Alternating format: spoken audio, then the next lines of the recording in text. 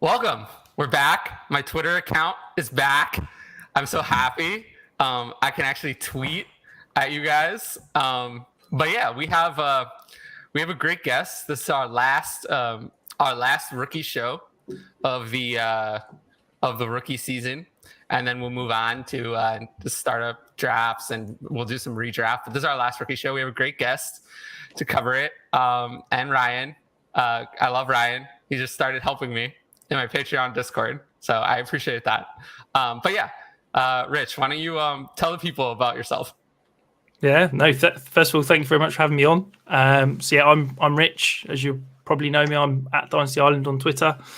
So yeah, I host the 5 Yard Dynasty pod on a Tuesday night. I'd say Tuesday night in the UK, 3 p.m. Eastern in the US, and then write for DLF. And yeah, that's pretty much me. I love it. I was on your pod a long time ago. It's been a while. Yeah, no, I have not done a lot of guest spots recently, but eventually I may return. It may be a long time, but yeah, no, I've been exhausted. But I will eventually get back out there and do guest spots. When did you start with DLF? I forget. Was it a few months ago? So I've been talking to it for a little while, but yeah, it was probably, I want to say February, March time when I first started. I love your voice, by the way. I absolutely love your voice. Like I would trade. Like, believe me. I feel like that's every American has to say they like the British guy's voice, and every British person. No, I have a lot of British friends. I don't like all of their voice. I do not like all of their voices, but I like yours. I'll take that as a compliment. All right, Ryan. The heat is on already. The heat is on. This was at 2:01. This is dedication. This is dedication to the craft. Jesse is the heat is on. The heat is on for sure. Bed's made. We're ready. Do you know what we're talking about here? Yeah. I caught up with Ryan before the show went live, and we were talking about bed. So yeah, could maybe do it a little bit better with the tucking in around the pillow, but yeah, it's a decent effort. I have 2 pillows. You can't see the other one. That's what it is. Oh, do you? There's a second pillow behind that. You are never gonna live this down. Never. There's so many things I'm never gonna live. You're gonna be here with that Paris Campbell, Antonio Gibson. You'll never live any of that down. Where somehow everything just bounces off me. Everything I get wrong, I never hear about it. I don't know why I get that. Why I'm so lucky. I would never make my bet again if Paris Campbell put up a top 24 season. I'm holding you to that. I think, let's be honest, that's the safest bet out there, isn't it? Yeah, it's up there. I'm gonna hold you to that bet though. How are you? I'm good. I mean, it's been honestly it's been a stressful week. Like, the whole thing with my Twitter account was very annoying. Basically, I couldn't use it properly for a whole week. So yeah, that was very annoying. It did give me an opportunity to kind of reevaluate some of the things that I'm doing. I will say that you probably will never see me as active on Twitter again. This was one of the happiest weeks I've ever had. So I think those two things are related. I just like, my days of being as active as I was on Twitter are probably over. During the season on Sunday morning, I will probably still do the start sit thread like I always did. But outside of that, you probably won't see me on there nearly as much. I just don't, honestly, like, it doesn't do anything for me, like, emotionally wise. And I don't know if it does anything for me, like, in my goal of, having a job in this industry. I don't know how much that helps me. So yeah, I'm probably going to focus more on putting out better stuff for my patrons first and foremost. We're still writing articles for DLF, although that'll probably won't change much. That'll probably be the way it's always been. And then Ask DLF again will continue, but probably I'm going to take a lot of the energy I was spending on Twitter and put it on Patreon. So that's, if you really want my advice, I suggest signing up for the Patreon. If you don't want to pay for it, or you don't want to pay extra, the shows and my DLF articles, which is rolled in with a subscription, which I highly recommend, by the way, are always there for you. But, the days where I'm just going to be on Twitter all day and having a million question threads are in the past. So that's no longer going to happen, unfortunately. I did one today just as kind of a celebration of my account being back. But, again, those days are behind us, unfortunately. I couldn't be happier. So we're not going to see that again. Oh, my God. Peanut butter jelly time asks Clyde failure or 2 large potatoes. Yeah, I think I'll take the potatoes. This is a reference. Oh, here we go. I wouldn't even give 1 French fry for Clyde failure. Yeah, well, I wonder what that means. I don't know if people who are on the Patreon know what this means. But I'll leave it a secret. Stefan says, it's a beautiful day in Missouri. It's kind of raining here in New York. But I'm sharing my good energy vibes with everyone. I appreciate that. Good, Chris. Good day of trading. Yeah. Gosh, you already have a fan, Rich. You have a fan of your voice. My hair's in a man button, so I don't know what's there to love about it today. And Ryan, you're just done. I'm just done. All right, let's try to get to a question I can pass off to you guys. We've had a lot of not fantasy questions. Here we are. Okay, good. We have a question. So we're going to start with you guys on this one. I'll read it. Pass it off to you guys. So Jesse says, 12-team Superflex, not tight end premium. I shipped ETN for the 105, a rebuilder. He feels like it's a good move to get one of the top 4 receivers of Walker. I also have 103 in the 110, so I don't know if that matters. But let's start with Rich, our guest. So what do you think of this trade? I think in terms of value, it's about right. I think if Etienne was in this class, that's about the point at which I've got it. In terms of my trade values, I've got Etienne slightly above the 105 in terms of how I value things. But it's not a million miles. We're talking minor. But I think in that situation where you're rebuilding, I can see going after the young receiver. But I also think, for me, if I'm rebuilding, one thing I like to do is I like to be a bit more aggressive with the moves I'm making, because I think that in order to rebuild, you need to make some aggressive, kind of riskier moves in order to get back to that competing thing quicker. And I think that Etienne, to me, is that potential risk reward. I think, this is a guy that we're talking about as a first round NFL draft pick. This is a guy that is, and I think everybody's forgetting quite how fast he is, quite how much of an elite athlete he is, because we're a year removed from the draft process last year.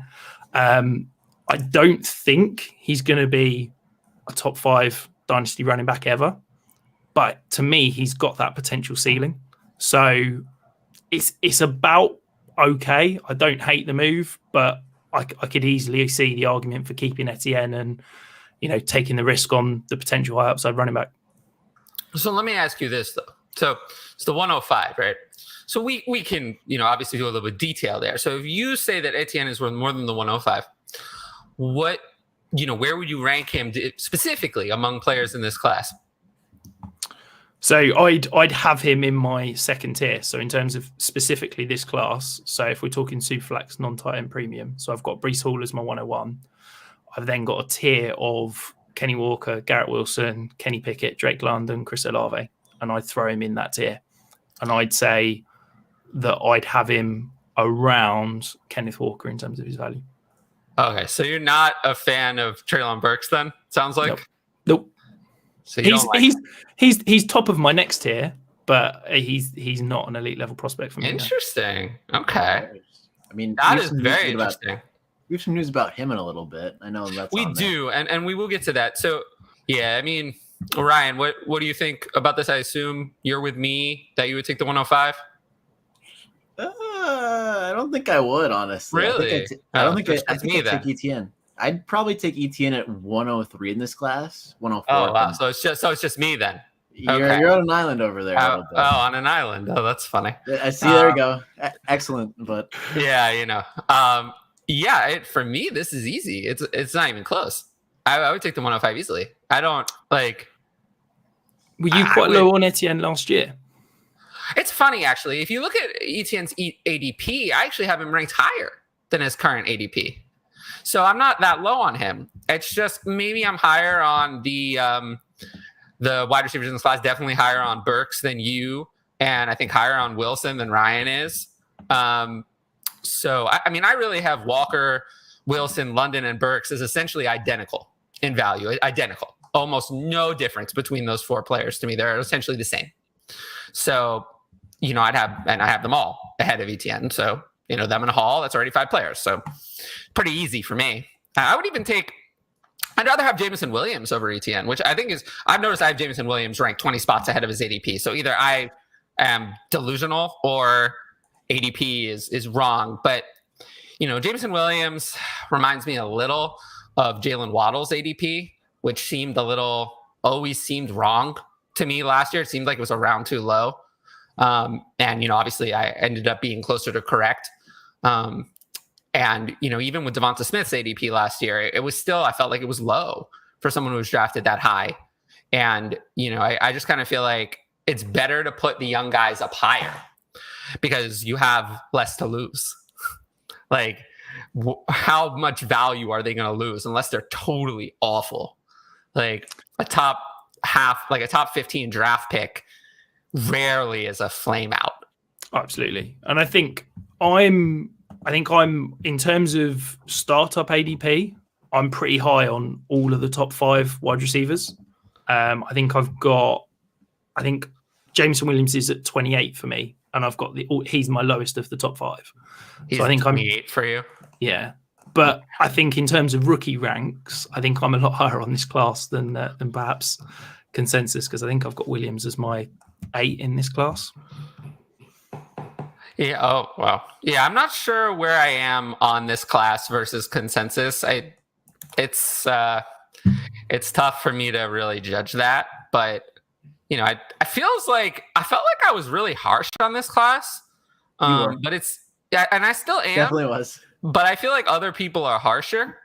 And I also feel like at the end of the day, this class kind of hit like a moonshot in terms of landing spots and draft capital. It's like the best case scenario. Like none of the wide receivers like crapped out.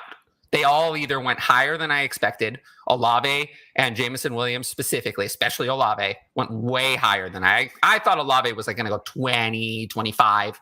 He went 11. Jahan Dotson, I thought was going to be like early second. I think that was the one that shocked everyone, wasn't it? And then on top of that, Sky Moore and Christian Watson don't go early and get the 2 landing spots we want. So like this class kind of hit like the nuts for the best possible outcome. So even though I'm probably the person of everyone who trusts their pre-draft ranks the least and adjusts the most. So it's not a surprise that now I'm more in on this class than most. Because I'm, probably I don't want to say like my rookie evaluation like sucks or anything, but like I think that the NFL tells us is better at it than I am most of the time, Taekwon Thornton and Velus Jones aside. And Tutu Atwell. See, I feel like this is direct shots at me if you're now insulting Tutu Atwell. I was the biggest Tutu Atwell believer last year. Tutu Atwell was a shot. Taekwon Thornton and Velus Jones, I don't know how you feel about that. Tutu Atwell wasn't as we talked about. If you can't tell, I have a long memory. Yeah, no. I remember us talking about Tutu Atwell on when I was on your show, and I like absolutely ripped him to shreds. I was like, he can't play in the NFL. He's too small. He sucks. Don't waste your time picking him. Blah blah blah. And like, I do remember that very distinctly. That was a fun show, though. I don't know, is it still up? Like, can people still find it? Yeah, it'll still be there. It'll still be there in the archive somewhere. I love it. To circle back on Jameson Williams, I have him in Dynasty at wide receiver 20. Okay, so, way higher than you. Yeah. So yeah, maybe I don't know. Maybe I just ended up higher on this class. But anyway, we're never. Oh, also, we tend to fall behind on the show sheet and not actually get to a lot of things. But we run through them. We get them all. I'm good to roll with the flow. It's all good. Yeah. Well, I always say this. I always want to focus on the people who tuned into the show live and came with a question live the most, because they came to the show live when we were on. I want to make sure if they ask a question while we're on the show that we focus on those, because, you know, they could have done anything with their day and they're here live watching me. So I always focus on the live questions first. And then, you know, if that derails the show sheet, it derails the show sheet. Because, you know, the people's questions are the most important. Okay, what about this one? And we can start with Ryan on this one. So trade the 106 and 204 for Mooney, Rashad Penny, and a 24 first. What do you think about that one? I'm holding. I mean, so you would keep the 106? 106, and 204. So you'd keep the 106. Okay. I just like the value this year at 204. Obviously, I'm a big David Bell and Wan'Dale Robinson guy, as you could tell from our chat. But yeah, you are. And 106 is like the tier break for me. I don't like Rashad Penny that much after the Kenneth Walker draft pick. And that's understandably so. The 24 first could be good. We only saw their freshman season so far, so it's a long way out. But yeah, I'm keeping the picks. Although Darnell Mooney is amazing.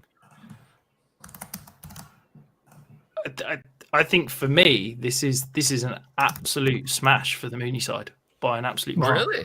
Yeah. Okay. Yeah. No. So I've in my survival kit, I've got a trade calculator. So let me throw some numbers at you. So I've got So I've got the 106 and the 204 as worth 35 points. I've got Mooney, Penny, and the 24 first as worth 52 points. So okay, so let's try to break down, I guess, what is the difference between because I think I'm somewhere in between you and Ryan. To me, this trade is almost exactly fair. It's not the kind of move I usually make, though. Like, this is probably the kind of trade, to be honest with you, where I'm not making this trade either way. If I have the 106, I'm not risking giving up a 24 first that I have no idea where it's going to be. That could be a top 3 pick. I'm not risking it for a deal that's just okay. Like, it's just okay. I'm not doing jumping jacks over this deal, so I'm not going to risk it and give up that side for it. And if I have the 106, this return is like, I'll just keep the 106. I don't want someone else's 24 first. I don't want to take the risk in that direction. So this is definitely one of those deals. I don't make it either way, which is why I'm kind of, I just don't do this. I would never do this. If I'm the Mooney 24 first side, I don't play that way. I don't take that kind of risk of giving up a future first for a deal that's just okay ever. And then if it's the 106, this deal's just not good enough. So I won't take it that way either. So these are the kind of deals I mostly just kind of brush off. When I'm asked on Twitter, I just say, just hold what you have. But, in terms of the value, where do you have Mooney ranked in your Dynasty ranks? So Mooney for me is wide receiver 35. Okay, so I actually have him ranked higher than you. So then it's interesting what we're disagreeing on. So I think for me, I probably value future picks more than most. So I value a 24 first as equivalent to the 108 in this year's class. Okay. So for me, the way I play is I like to view, I know people view a 24 first as, well, that's going to do nothing for me until 2 years' time. But I view that as it's a tradable asset that's only going to require value over the next 6 months. And for me, the way I'm viewing that 24 first is it's not a 24 first. That's a chunk of value that I think I can move for more than I'm paying in this trade. So I agree with you, but if I'm selling it, I value it at the 108. If I'm buying it, it's worth like the 204. That's where we disagree. That's why I just don't make this deal, because that difference is enough for me to not make the deal either way. If I'm selling a future first, I wildly overvalue it. And if I'm buying it, if it's 23, I'll value it appropriately. But if it's 24, I'll wildly undervalue it. So that's why you don't see me make a lot of 24 first deals. I usually don't do that. I'm more likely to buy it than I am to sell it. Oh, more 100%. Likely to buy it. You'll almost never see me sell 2 years out first. That is That's just a move I say almost never to make. I think that's where you get into hot water as a GM, because I think if you start trading 2 years in advance and then you suddenly your team ages out, you've got nothing else. The people who watch me regularly know that I beg people. I beg them on Patreon, on here. I beg them, don't do it. Don't do it. Don't give away. People always say you can get a 24th back. They could not be more wrong. Those people are what I would call, they're not giving you good advice. They're giving you advice that sounds good, but doesn't actually work. Or they're giving you advice that only works in the easiest leagues possible. You cannot just get future firsts back. That is a lie. People say that all the time. It's not true. Trust me, I would know. You can't do that. Seconds, thirds, and fourth, they're right about those. Those, you can just toss them away. And you can always get a second, third, or fourth pretty much whenever you want at a relatively cheap price until it's on the clock. Anytime before that, you can get a second, third, fourth, later pick. You can get those back. First, you cannot get that back. It's not easy. It's not just, there's no easy path, because the first has an opportunity to be the 101. And if your team starts becoming bad and the opposing manager is competent, they're never going to give it back to you. They'll hold it hostage, and then you're stuck in just a nightmare situation. But yeah, they're right about seconds, thirds, and fourth. But about first, I like to hold on to those. I usually don't like to give up my first until I'm in the season that I'm giving it up for. Like I would consider giving up my 23 firsts once I've made a decision to compete this year. So usually after 3, 4, 5 weeks is when I'll start potentially looking at giving up firsts from that year. Until then, unless you're giving me a 50 to 75% discount, I won't even consider it. Another one of my pet peeves is when someone tells me, it's a 24 first, but it'll be late because the team's really good. And that drives me insane. But a year out, it drives. Someone says to me, it's a 23 first and it's late. And I'm like, but so much could change. Their entire roster could get injured. Yeah. And then it's the 101. Like that drives me mental. But 2 years in advance is just insane. Last year, what if your running backs were Akers, Dobbins, and Etienne? In May, those were your 3 running backs. You have a great young running backs, and then in a 2-week span, you have no running backs. What happens even if you started with CMC and Derrick Henry, and you're like at week 6, you're like, okay, Derrick Henry's going to take you to the title, and then suddenly they've got no running backs. Yeah, you can't make that designation till like halfway through the season. Exactly that. Well, I like to say you can make that when you're 4-0, you can make that designation because you have 4 wins already. You have 4 wins. You're a good way along. You've already that's the thing. I'm more aggressive than most. If I have those wins in the bank, even if my team is bad, I'll go for it because I've already won 4 games. Like I'm more aggressive at going for it with a bad team that's gotten lucky. But I like to see how it went and just see if I had an injury tornado in the first 3 weeks, well, I'm not going to go with that team. Well, yeah, I'm talking about other people's firsts. I'm not talking about your own teams. You could identify that. Oh, but I don't want to trade any firsts if I'm not going to go for it. If I'm not going to go for it, the first, I have learned this lesson time and time again, that if you're aggressive, I don't care how bad the class is, people say, you can't get a deal done in rookie drafts. You can't, you can't do it this year. You can't trade back. You can't trade in the future. They're all wrong. If you're aggressive and you can be aggressive, I'll take the whole clock. I don't care. I'll take the whole clock. I'll do whatever it takes. I'll send an offer to every single manager in the league. I do not care. I will take the whole clock. And if you are aggressive enough during the rookie draft, you can get a deal done that favors you when you're on the clock. I guarantee you. I agree 100%. I think the key thing is you've got to be proactive. Is that I think if you're one of these owners, if you stick something on update your trade bait or stick it on the trade block and go, I can't get a deal done. No one will trade me for it. But you've actually got to go out and proactively talk to people. It's even worse than that. It's even worse than that. The second you put it on the trade block, it loses about 50% of its value. Completely because agree. People know you don't want to make that pick. But if you negotiate with, and if you notice, if you're not many people are in a league with me anymore, but the people who are, you'll notice I never ever chat in the league chat. I never use the trade bait. I never do anything. I'm very slick. I'll talk to 10 people at a time, sending 10 different offers at a time. And then, it is what it is. And you would think you'll get burned doing that. People won't trade with you. One thing I've learned is when the pick is on the clock and the player's there that they want. They don't care how much you got one over on them in the past. It doesn't matter. They still want the player. They won't trade with you the rest of the year.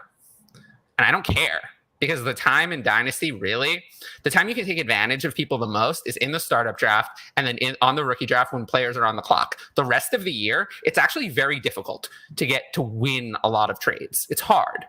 But most, I would say, even though it's such a short period of time, 90% of the value gain that I get done is on the clock. So even though that's like 2 days out of 365. So, you know, that's just my advice. Your rookie drafts are 2 days? Where do you find those? 2 days, 2-3 days. I mean, how long is your rookie draft? I don't want to talk about I mean, it. what weeks? I mean, what kind of weeks you need to get some new league run. Yeah. It's 60 picks. 60 picks, 5 teams, 5 rounds, 12 teams. How many weeks could that possibly take? Weeks? That sounds... I've had a couple. All week is okay. All week, 7 days. Yeah, 7 days is good. Like 9-10 picks a day. I mean, that's okay, but multiple weeks? I had a league start at 6 o'clock last night. It was a 12-hour clock, and it finished in 3 hours. Because that would never happen. That would never happen with me in the league because I sit on the clock. I sit on the clock, and I always have a lot of picks. So that would never happen. But I'm not sitting and waiting. I'm sitting and moving. I'm usually waiting for people to respond to my trades. But I don't just sit there and wait for people to send me offers. That's, I do sometimes when in a startup draft, I do burn the clock every time in case there's news. But Ryan, you're being called out. I just felt like it today. Usually not. I just felt like it. We can move on. Yeah. All right. I promise we will get to keep asking questions. We will get to you. We'll roll through these a little bit faster. I asked you this on Twitter. Yeah, I'm not on Twitter right now because we're here. But since you're live, how would you prioritize these dudes for taxi stashes? Taekwon Thornton, Kennedy Brooks, Pierre Strong, and Kevin Harris. All right. How would you prioritize these guys? I feel like we're perhaps going to upset and talk about this later, but I'd go Thornton first. I'd then go Pierre Strong, Kevin Harris, and then Brooks last. I'm flipping the middle too. I'm flipping Harris and Strong, but I agree with you otherwise. Yeah, I'm putting Strong first and Thornton second, then Harris, then Brooks. So Ryan, you've got Harris over Strong. Mm-hmm. Draft Capital disagrees. Yeah, I'm just the odds that I'm gonna go with a player at the same position that the same team drafted second are. And that's been wrong sometimes. I mean, there was Aaron Jones and Jamal Williams, and there was Elijah Mitchell and Trey Sermon. That's been wrong in the past. But generally, that's correct. Generally, I would say 80% of the time, you're making the right bet on betting on the higher guy. Kirk Cousins over RG3. Yeah, I was thinking of that too. But you remember the ones where it was the opposite. That's a famous bias. You don't remember the ones where it went the normal way. Brian Edwards, not that Henry Ruggs actually definitely worked out over Brian Edwards, but then, off the field issues took him down. We can just accept that neither of those worked out. Yeah. Well, Brian Edwards is a disaster. But third round pick, if you're traded before the end of your rookie contract is not good. But still better than Lynn Bowden, who was traded before he ever took the field. How do I answer this? I don't know how you grind Twitter as hard as you do. Honestly, I don't either, and that's why that's not going to continue. It seems like a 24-hour job with how often you're responding. Mad respect, but I don't blame you for wanting to pull back. So I will say that if you look at my answers on Twitter, they're often like one word. Like, you're not getting detailed analysis. And some people complain about that. And I'm like, you try it. You try to do it. You try to answer that many questions, each one with detailed analysis. There aren't enough hours in the day for that. Like, it's literally not possible. And it's not like some people on Twitter. Twitter is their primary platform. Twitter is my, cool fifth platform. Like fifth platform for fantasy advice. Fifth most important. So, Twitter for me is mostly a promotional tool. mostly to promote, my other stuff. So I do answer questions on there. And I would say Twitter's more important to me in season. Because for start sit specifically, I have not found a better content method for that than Twitter. Twitter is actually the best. Twitter is my preferred platform to answer start sit. I actually like doing that. Better than doing it on shows, better article, better than any other option. But for everything else, I prefer another method.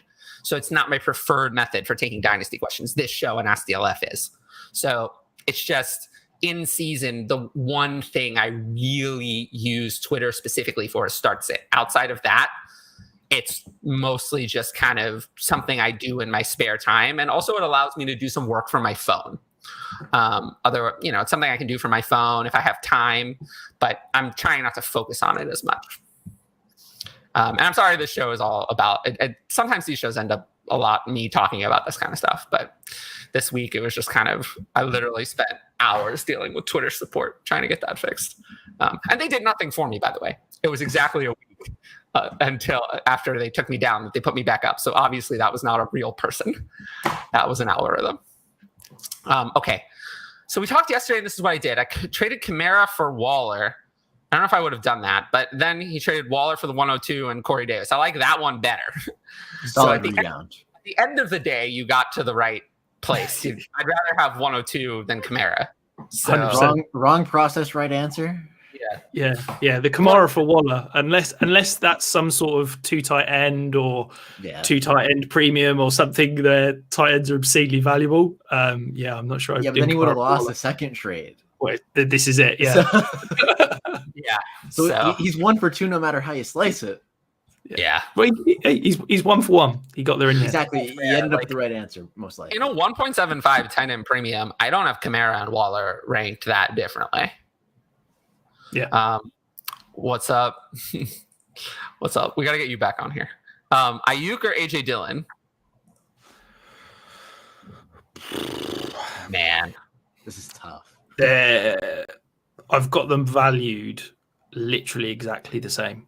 Yeah, I'm 3 spots apart. Yeah. So I think Dillon's the kind of shoot for the moon upside play because I think he has the potential to completely blow up. I think Ayuk's probably a safer bet. Yeah, I'm taking Dillon barely. I'm taking Ayuk barely.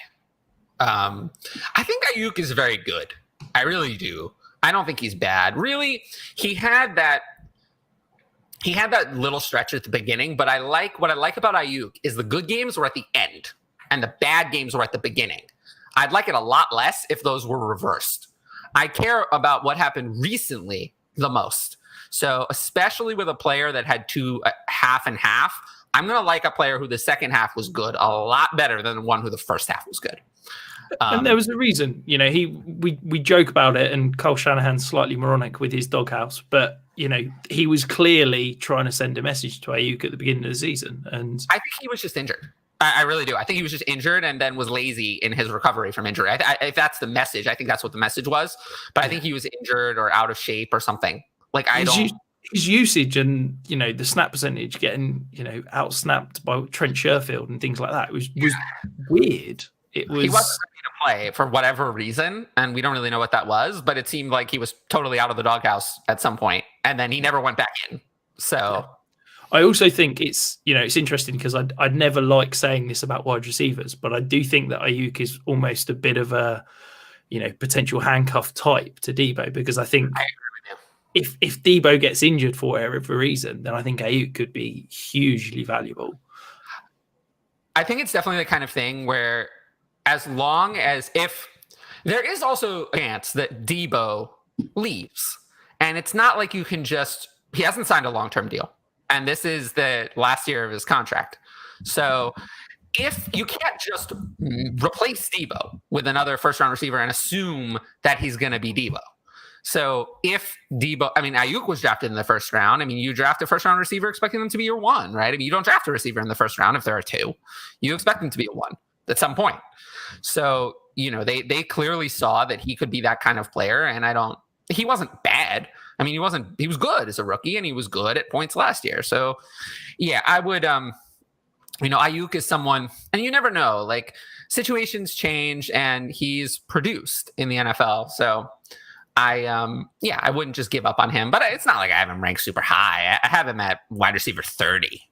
So, at that price for a first round receiver who's only like 24 and has produced, I mean, that seems very reasonable. I also find it funny that both of these players are in two of the most potentially volatile situations in the NFL. You got Debo, who could just get up and leave, and Ayuk's value would skyrocket to the moon. You got Aaron Rodgers, who could just retire out of nowhere, and AJ Dillon's value's tanked. Like, both players are extremely volatile. I don't think Aaron Rodgers is going anywhere and leaving. Was it 150? I don't think he is. Table? I don't think he's either. But you could never discount the chance. The chance is always plus zero. One day. Okay. Yes, ETN, the prospect who didn't miss his whole rookie year, were in this class. He would be my 102 in this class, but that's not the same thing. That is not the same thing. That is a very. How many players? Try to name one who missed their whole rookie year and then were good. Try to name one off the top of your head. Yeah, he's already taken. Yeah, struggling. Okay, so see, the fact that we're still waiting. We still don't have a name. That tells you that is not a good thing. You can't come up with a lot of examples. So for that reason alone, he lost a lot of value. He's also already 23 and he hasn't played a snap. So like for a running back, that's already old to not have played a snap. You're right. I know where I had him ranked last year. It was ahead of these guys. It was a few spots higher than them. He would not be the 101.5. He would be the clear 102. Hall is to me a better prospect because ETN did not declare early. He came back for his senior year and then that is a negative against him. So Hall to me is a better prospect. But ETN would be the clear 102 in this class as a prospect. Now he falls a lot because, again, we're still here. No name has been brought forward for someone who missed their entire rookie year and then was good. So we're going to have to – it might take a while. It might take a while. I would just come back to this. I would say the list of first-round running backs that have been injured in their rookie year is probably non-existent as well. I can think of some high drafted rookie players who missed their entire rookie year in rookie drafts. Here are some names. Kevin White. How did that one go? Oh, man. How's that one? Is that one good or bad? I'm still mad about that one. He had all the talent. Was that good? How about him? He missed his whole rookie year. That one. I've thought of one. Oh, really? I'm going back a little bit, and it wasn't injury, it was holdout, but Michael Crabtree. Oh, I believe he held out for, I want to say 10 games for his contract. He still played at least in his rookie year. Yeah, but come on, you got to give me that. We'll count it. But you see what we had to do here? We had to go back 10 years and come up with someone who didn't even quite fit the criteria to come up with anybody who even came close to missing their whole rookie year and then being good. So we see we see a problem here, right? Just to jump in quickly and say you were talking about Hall over Etienne. So just to give some context to me being Hall over Etienne. So I've got Brees Hall. He's a 94.7 percentile prospect in my model, and Etienne was 90.5. So had they been in the same class, it was Hall over Etienne. Interestingly, Kenneth Walker is 91st percentile. And Etienne's 90.5. So they're basically mathematically in my model essentially the same prospect. Wow. I would not have expected that about Walker. But I guess But yeah, no, I still can't come up with a player who missed their whole rookie year and then ended up being good. The track record is bad. I'm clicking through old startups at this point. Yeah, we still can't come up with anything. Love ETN. Yeah. What about this one? Joe Burrow and Jalen Hurts in the 105, 12-team Superflex. We're never getting to that show sheet, but that's okay. That's fine. This is more fun. I think I'd go Burrow there, but I could see the argument. I think Hurts is the riskier play, and I think has the potential, if he's the starting quarterback in 2023, to be a a massive win, but I think Joe Burrow's the safer pick. Give me Joe Burrow barely. I'll take Burrow also. I just feel that this is an unnecessary risk that I don't need to take. It's not good enough. Like I think it's the class. Like if this was the 105 next year, I'd be all over this. Or if it was the 105 last year, I'd be all over it. But the 105 this year, I feel like Hurts is the player that I know I'm least confident about knowing what his value is going to be in a year. Like, I wouldn't be shocked if he was a top 5 quarterback this year in terms of fantasy production. If the Eagles commit to him, 2023 and beyond, he could easily be a top 5 dynasty QB, or he could be worthless as a future backup and never going to get a starting job again in the NFL. Like, he has got the widest range of outcomes, I think, of any player in dynasty next year. I agree with you. I think that he definitely has the widest range of outcomes of any player. Because he could totally wash out. And I don't know if he can be top 5. I don't know if just with his draft capital, I don't know if anyone's going to trust him top 5. But he could be a first-round Superflex starter pick for sure. I think 10 overall, easy. The only scenario he's top 5, I think, is if the Eagles, he's essentially QB1 this year, and the Eagles spend both those future firsts on non-quarterbacks. And I think that's their way of saying we're committing to Hurts long term. And I think in that exact scenario, I think he'd probably be a top 5 quarterback. I think he'd have to become a different person. Like he'd have to suddenly be able to throw the ball better.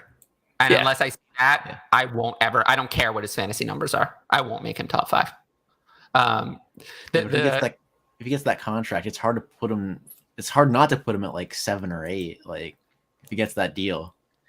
Yeah, it'll be hard. I just, to me, it's going to be hard for me to ever put him over Kyler or Lamar because they're just better versions of him. Versions I trust a lot more. I think Hurts is a better rushing quarterback than Kyler, but I think they're not in the same world from a arm talent perspective. Yeah, Kyler can actually throw. Jalen Hurts' ceiling as a quarterback passer is like 15th best passer. Like that's it. Whereas like Kyler, I think as a passer, that he hasn't put it together, but the ceiling as a passer for me is top 5. I think he's that good. I think he really can pass the ball. He just keeps getting hurt and then not running, and then the fantasy value goes away. Needs to get off Instagram and stop worrying about that, and instead just get in the gym and get healthy. Arm. He is not a bad. I hear this take sometimes that Kyler is like a bad throwing quarterback, and that take is garbage. It's because he played that. Was it 2 seasons ago, or did he injure the same shoulder last season as well? Or it's that shoulder. Yeah, I mean he's so bad that he, he's completed almost 67% of his NFL passes. I mean. He's just so like he's not bad. Like he's improved in yards per game every year. I mean, we went from 232 to 278 to 248 to 270. Like we're seeing someone who's improving as a passer. 270 yards a game, completing 69.2% of his passes. We have 24 touchdowns. I mean, against 10 interceptions. That's a little sloppy with the ball. But also, you could say that he's due for a lot of touchdown regressions. We have 20 touchdowns, 26, and 24 passing touchdowns, but over 3,700 passing yards in each season. So we have someone who's gotten 3 years unlucky with their touchdowns. What if he hits the regular touchdown rate? James Conner doesn't steal all of his touchdowns this year. I think the problem with people that say that Kyler's not got the talent to be a top 5 throwing quarterback is I think they're trying to pigeonhole what a NFL quarterback is. And I think that if you're going to sit there and say, can he make all the throws over the middle of the field from the pocket? The answer to that is no, because quite frankly, there's been no quarterback in the NFL that's been sub 6 foot that can make those throws over the middle of the field other than Drew Brees. Yeah, I was going to say Drew Brees. And that offensive line was built in such a way that they had to invest so heavily at center and guard in order to allow him that pocket to make those throws. Kyler is not that, but the way he can make those throws over the middle is by manipulating within the pocket and creating throwing lanes. So yes, out of the pocket. Yeah, exactly. Out of the pocket, pulls the linebackers or the safeties up to have to cover the run, and then that leaves the receiver. He's good enough to make a wide open throw when linebacker or safety gets pulled out of coverage and then leaves the receiver open. I mean, he's good enough to make that throw. And that's how a lot of the plays happened. I mean, Christian Kirk was, and this is why I think Hollywood Brown is going to be great in this offense. I mean, Christian Kirk did that last year, and Hollywood Brown is a far superior player to Christian Kirk. So if Christian Kirk could do it, Hollywood Brown is just going to be even better. Yeah.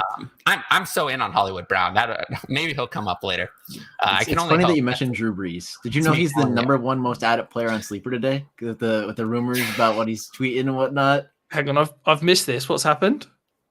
Oh, he tweeted he might come back to football. He talked about it. It's a possibility. He's out at NBC, he's in at Fox. I don't know if it's going to happen, but he's floated it out there, and Sleeper put him back in as a registered player, and people are adding him all over the place now. Is this basically because he's rubbish as a pundit, so he's now looking for a new job? He is terrible. He's terrible. Awful. He's awful. So I'm with that. Speaking of the Saints, what are the range of outcomes for Olave? So it's on the show sheet, but we can talk about it now. I've been doing these short videos, and I think they've kind of gone over well. I did one on Jarvis Landry signing with the Saints.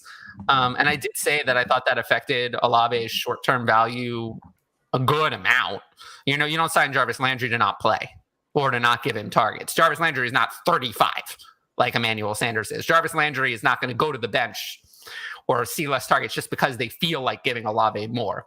So I would expect Jarvis Landry to start he's 29. He's not washed at all. He was still good. He was injured last year, but before he was injured, he was good. And the year before he was good. So I don't think he's washed at all. So, it definitely affects Olave's short-term outlook. But what do you think? Let's pass it off to you guys for the second part. If you were win now, what veteran wide receiver would you be looking to flip for more certain production?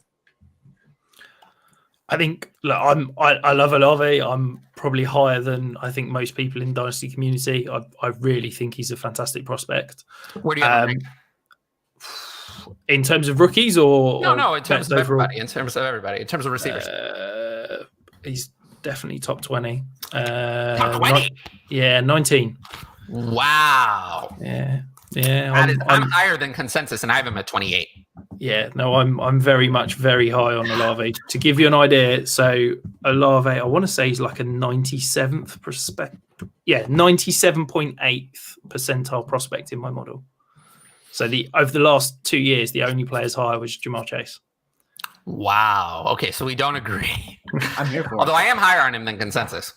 Yeah. So for me to move Olave for a vet, I'd need to be going. So you're not. So essentially, the answer is you're not moving Olave for a vet. Then.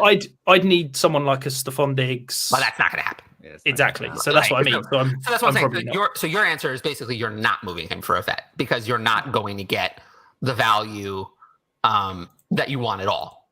So then, and that's fine. I mean, if you have, and I always say this, if you have a rookie player, a rookie wide receiver, and you like them, you don't have to break the bank on them just to get early production because sometimes the production starts to come week 9, week 10, week 11. That's not too late. And that's not redraft. In Dynasty, you don't have to churn the bench spot. Like in redraft, I would say, I'm going to pass on drafting Chris Olave in redraft because I just can't wait. I can't wait 5 weeks for Chris Olave to start producing. That's too long. I don't have time for that. I need to churn my bench, waiver wire, churn the bench, pick up the running back that breaks out week 1. I mean, you got to make moves. But in Dynasty, you're never going to cut a guy like Olave, obviously. So you can wait for him. If he's going to produce week 9, that's fine.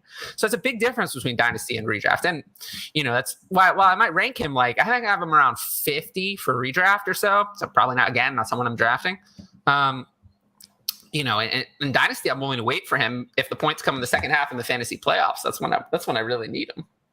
And the one thing I would say as well is let's all hope Michael Thomas comes back and plays this year. But the guy's not played for 2 years. Like we can't just pencil Michael Thomas in for the superstar he was in 2019. Yeah, I'm not doing that. If it's Jarvis Landry, and let's be honest, Jarvis Landry is going to operate in the same area of the field as Michael Thomas. He's not going to operate in the same area of the field as Chris Olave. Chris Olave is going to be that intermediate to deep threat in the Saints offense. That's not Michael Thomas and that's not Jarvis Landry. So I agree with you that I think Jarvis Landry definitely eats into Olave's immediate production. I've actually got my Chris Olave article dropping on DLF, I think, tomorrow. So, selfish plug there. But I think that there's still very much going to... Oh, there you go. There's still very much going to be in a role for Olave in this offense. So I'm certainly high on him still. Yeah, I'm about that. I mean, like you said, Michael Thomas may not play early half of the season. We've seen Jameis support 2 insane wide receiver seasons at the same time if they let him cook. So I'm here for it. I like the ranking. He's a little lower for me though. But where do you have him? I have him at. Let me double check, make sure I got this one right. I have him at 27. All right, so you're very similar to me. I have him at 28. But which is, I'm about the high ranking though, Rich. I like it. If you like a rookie, if you rank him where you want him. Like, I think that's it. Is that as an overall rule, I think if you like a young rookie wide receiver, you've got to be high on him, because I think the potential to return, we've seen it over the last 2-3 years is astronomical. And I think with Chris Olave, I've got no concerns about him transitioning to the NFL. I think he is about as pro ready as you can get. That reception was loaded with green. I definitely, though, I don't know. I just haven't, for some reason, I just haven't been as in on Chris Olave. And I think that's the consensus. I think everybody, most people are like, yeah, he's a good prospect, but he's a late declare. And he got outproduced by Garrett Wilson this year. And I think that's the general feeling. There's been my whole take of Garrett Wilson and Chris Olave, which is Garrett Wilson, take 25% away, and that's Chris Olave. Take 25% away from everything, and that's Chris Olave. Yeah. It's kind of like, to me, Garrett Wilson is what you're describing. He won't bust. He's completely safe, except, again, I would just add 25% to everything. And then that's valuable. Whereas Chris Olave, if you take 25% away, then then we're getting to that's probably still going to be worth something, but it's not nearly as much of a guarantee to actually be something you want to play. Whereas I'm confident that Garrett Wilson is going to provide that. Yeah, and that's why I've got Garrett Wilson at 14. So yeah, so you actually kind of agree with me then. 100%. Yeah, you just have them both higher. Yeah. Yeah. Okay.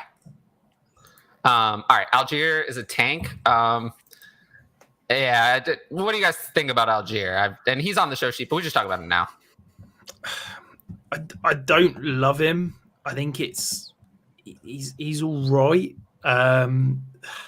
It's one of these landing spot over, prospect and draft capital, and it's just he's a bit like a meh. I think at best in that offense he's going to be the 1B. I think, to me, what Atlanta did in the draft means that Cordero Patterson's more of a buy than me going out and getting Algier, because I think that we're going to see Cordero Patterson be used in inventive ways, and Algier is going to be the first and second down back that doesn't get the red zone usage, is kind of my thought. So, yeah, he's probably a solid RB3, RB4 this year, but I don't think he's going to be anything special. Nah, I agree with that one. It's tough. I mean, Mike Davis getting cut did boost his value a little bit, but they got to go back to Cordero Patterson. They abandoned it the last half of the season. They got to go back to it, right? It worked. Yeah. To me, Algier, obviously I have no Algier because, I in that range, I'll just always pick either Brian Robinson, the player I liked better, who got the better draft capital, or if I can't get him, then I'll get Tyrion Davis-Price, the player who went earlier. And even though I had Tyler Algier as a far, far better prospect than Tyrion Davis-Price, I don't care. I'll take the guy who went in the 3rd round over the guy who went in the 5th. I see essentially zero possibility that Tyler Algier is the Falcons' 2023 starting running back. The possibility of that is essentially zero to me. So I have little to no. I will not have any Tyler Algier. Just because I don't see the point. And if I did end up with him, also I would take Isaiah Spiller over Tyler Algier, and I'd also take Jalen Tolbert over Tyler Algier. So just given that range, there's just no chance I'll have any Tyler Algier. 5th rounder, just no interest for me. I agree with everything you've just said. Yeah, I'll tell you what though, I am quite very intrigued to watch that Atlanta offense this year, because I think it is going to be. You've got Kyle Pitts, who can line up anywhere. You've got Drake London, who I think 50% of the reason they drafted him is that he can line up. He can be a prototypical X. They can line him up in the slot. They can move him around all over the place. You've got Cordell Patterson, who the hell knows where he can line up, let's be honest. I'm properly intrigued to see what that offense is. And then you throw into that, you've got two mobile quarterbacks that could do, whatever. And I think it's going to be a fascinating offense to watch. I really do. Yeah. I just feel like I would rather have Tyler Algier over some of the guys who went in the fourth, like Pierre Strong and actually Zamir White, who I don't want at all. And Hassan Haskins. But just because Tyler Algier is more likely to give you a sell window. Whereas if I'm going to take a running back, then the guys I just mentioned are just sitting on your bench and rotting. And I don't want that. I reckon if I've got any Algier shares, what I'll do is I'll wait for the beat reporter to say that Algier's running with the ones in camp. Yeah, and then he's going to be starting running back. And then I'm selling for, a 23-second or something like that. I'm good with that. Yeah. All right. So forget about the team, really, but more, is it dumb to take Pickett at 106? Never dumb. In a super flex. He's your guy. He's your guy. It's never dumb to take a quarterback in a super flex league at 106. There's not a quarterback I could believe in less. I agree. Pickett was my QB4 coming into the draft. I hate him. I won't do it. 107 is the highest I'm willing to take him, no matter what my team looks like. I won't do it. For me, I just think you're baked in value there. Even if he is poor this year, he's still the starting quarterback for the Steelers in 2023. They've invested in him. I think even if he has a poor year, you can still hold that value as a starting quarterback in Superflex. Yeah, see, the thing is, if his name were Malik Willis, I would agree with you. But the problem with Kenny Pickett is Mac Jones, you would say, had a successful rookie year, right? His rookie year, he was great. I mean, for a rookie, he was great. He won a lot of games. I mean, for fantasy, he wasn't all that great. But, he was real life good. And nobody wants him. Even in Superflex, nobody wants him. See, I think this is another one of my bugbears, is that I don't think you can compare Kenny Pickett to Mac Jones as a prospect. Why not? Because I don't think they're similar players. I think, to me, Kenny Pickett is more like a Zach Wilson. I think if you look at his mobility behind the line of scrimmage, he is not a running quarterback. He is not ever going to score you fantasy points. But I think in terms of his playing style, it is more akin to a Zach Wilson. I don't think he's got the accuracy. I don't think he's got the speed of thought that a Joe Burrow and Mac Jones have. And I've never understood anyone that compares Kenny Pickett to those two quarterbacks, because he's not in their tier in terms of what he can do pre-snap and the speed at which he can get the ball out. I see him more as a Zach Wilson. And I think that you look at the value of Zach Wilson now, who had, quite frankly, an awful rookie year. And I can say that as a Jets fan, that he was from fantasy, he was terrible. He was terrible. But he has now got some improved weapons around him, and his value is rising. And that's where I see Kenny Pickett. I think that the Steelers are never going to have bad skill position players. And I think that because of that, even if he has a bad rookie year, people are going to buy into his potential as a young quarterback. Now, I can't stand people buying into young quarterbacks, because I think it's the most overrated aspect of any dynasty is that we overrate QB age. I don't get it at all. We don't agree. But so for me, if I'm looking at it, most people, and I've not checked the latest ADP, but most people over the last 6 months will have taken Justin Fields over Aaron Rodgers in a startup. I still will, even today. But for me, I can almost guarantee that Aaron Rodgers is going to have 3 years as a QB1. I don't know if Justin Fields is going to be a starting quarterback in 24 months' time. I'd cut that in half, maybe. I don't even know. I'll take the gamble. But I don't. But for me, the upside of Justin Fields is to have a top 12 season, maybe one in the next 3 years. Whereas you can almost pencil Aaron Rodgers in that he's going to be a top 12 fantasy QB over the next 3 years. Not willing to do that. I'm not willing to do that at all. With Aaron Rodgers, I am. If you said Russell Wilson, I would believe you, because he's a lot younger. But Aaron Rodgers, no. Aaron Rodgers is already 38. I mean, the cliff for quarterback comes. It didn't come for Tom Brady, but it came for everyone else. Right around 38 or 39, it was 38, 39, done. And there was no warning. But it's a different world. It's a different world. This guy's coming off back-to-back MVPs. No, he might have been coming off back-to-back, but Peyton Manning was coming off 2 MVP caliber seasons, and then next year, done. At 39, done. It went from best quarterback in the league to worst quarterback in the league in 1 year. I mean, it was just... Peyton Manning had 4 neck surgeries and I understand. Physically was falling apart. Aaron Rodgers is physically the same player he was 10 years ago. I understand that, but I don't. I think that there's one Tom Brady, and until I'm just not going to bet on anyone being that again. So to me, we're at 38. I'm just done with Aaron Rodgers. Someone else can make that bet. It's never going to be me. Realistically, I mean, if you look at the quarterbacks, really, the ones who produce high end beyond 38, 39, it's Tom Brady, and that's it. Yeah. We're in unprecedented area, I appreciate it. But that's the reason why he's so cheap. Yeah. But I think that how many quarterbacks as talented as Aaron Rodgers have made it to 38, 39 with a contract like he's got that ties him into the team for the next 3 years? Because there's no team. Like Drew Brees trotted out there for multiple years after he was washed.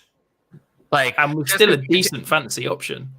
Just decent, though. Like, if you draft Aaron Rodgers at his current draft price and he gives you that, then that draft pick was not good. He needs to give you a lot more because he's not going to have any resale value as he continues to age. He needs to give you a lot. He needs to be to meet his current dynasty cost. He needs to give you probably a top 5 season and then at least another top 10 season. And then, hopefully those are not the only 2 seasons. So he needs to give you a lot to recoup his current value at his age because there's no resale value. You're just taking him dead. Oh, 100%. And I am not willing to bet on that. I don't have him ranked as a top 5 quarterback this year. You know where I have? Do you want to hear where I have Aaron? I did my redraft rankings. I have Aaron Rodgers. I've not dived into redraft yet. I'm still in Dynasty 13. I have him at 13. Wow. So I'm totally out. I don't see it. The weapons are non-existent. I don't know why I should just assume that he's going to be top 5 just because his name is Aaron Rodgers. He doesn't run anymore, and the weapons aren't there.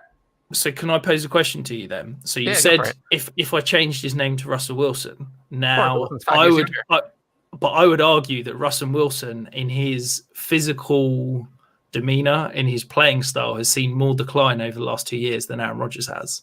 So to me, I'm more concerned about Russell Wilson aging out in the next 2 years than I am about Aaron Rodgers aging out.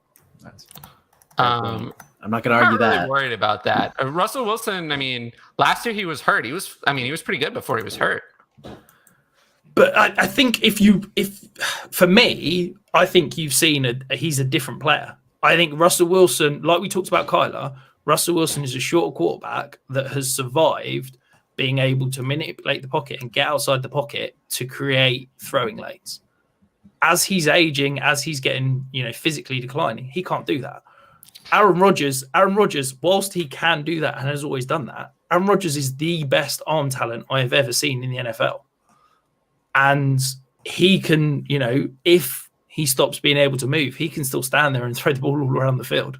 Whereas Russell Wilson can't, quite frankly. So I'm really concerned that if Russell Wilson is going to be what we saw last year rather than 2-3 years ago, Russell Wilson, yes, I'm hopeful that he's going to be great, and I've still got Russell Wilson as a top 10 dynasty QB, but I'd be more concerned about Wilson aging out than Aaron Rodgers personally. I mean, Russell Wilson last year in the 4 games he played before he got hurt was really good. So, and he was really good. The year before that, he threw 40 touchdowns. So, how was Aaron Rodgers last year? He was also good, but he's 5 years older. Yeah. So, I'm someone who really believes that with the quarterback, the cliff just comes. It comes, you don't see it coming, and there's one Tom Brady who avoided it. There's not necessarily going to be a warning. It was literally, I'm telling you, with Peyton Manning, it was one day. And 2014, he was great. He was the best quarterback in the league. Next year, you walk in, he can't play. I don't know nothing happened. He didn't get hurt. That was it. the cliff came. And, there've been other quarterbacks where you just kind of see it. Like one day they don't have it anymore. I mean, Ben Roethlisberger, he had his injury, so he has a reason. He's not had it 5 years. I would say you said Peyton Manning didn't get hurt. I mean, 4 neck surgeries. I'd argue that No, but he didn't get hurt that year. It's not like that year there was a new injury. It was just, eventually he just wasn't good. But he came back after those neck surgeries, and there were MVP seasons after the neck surgeries.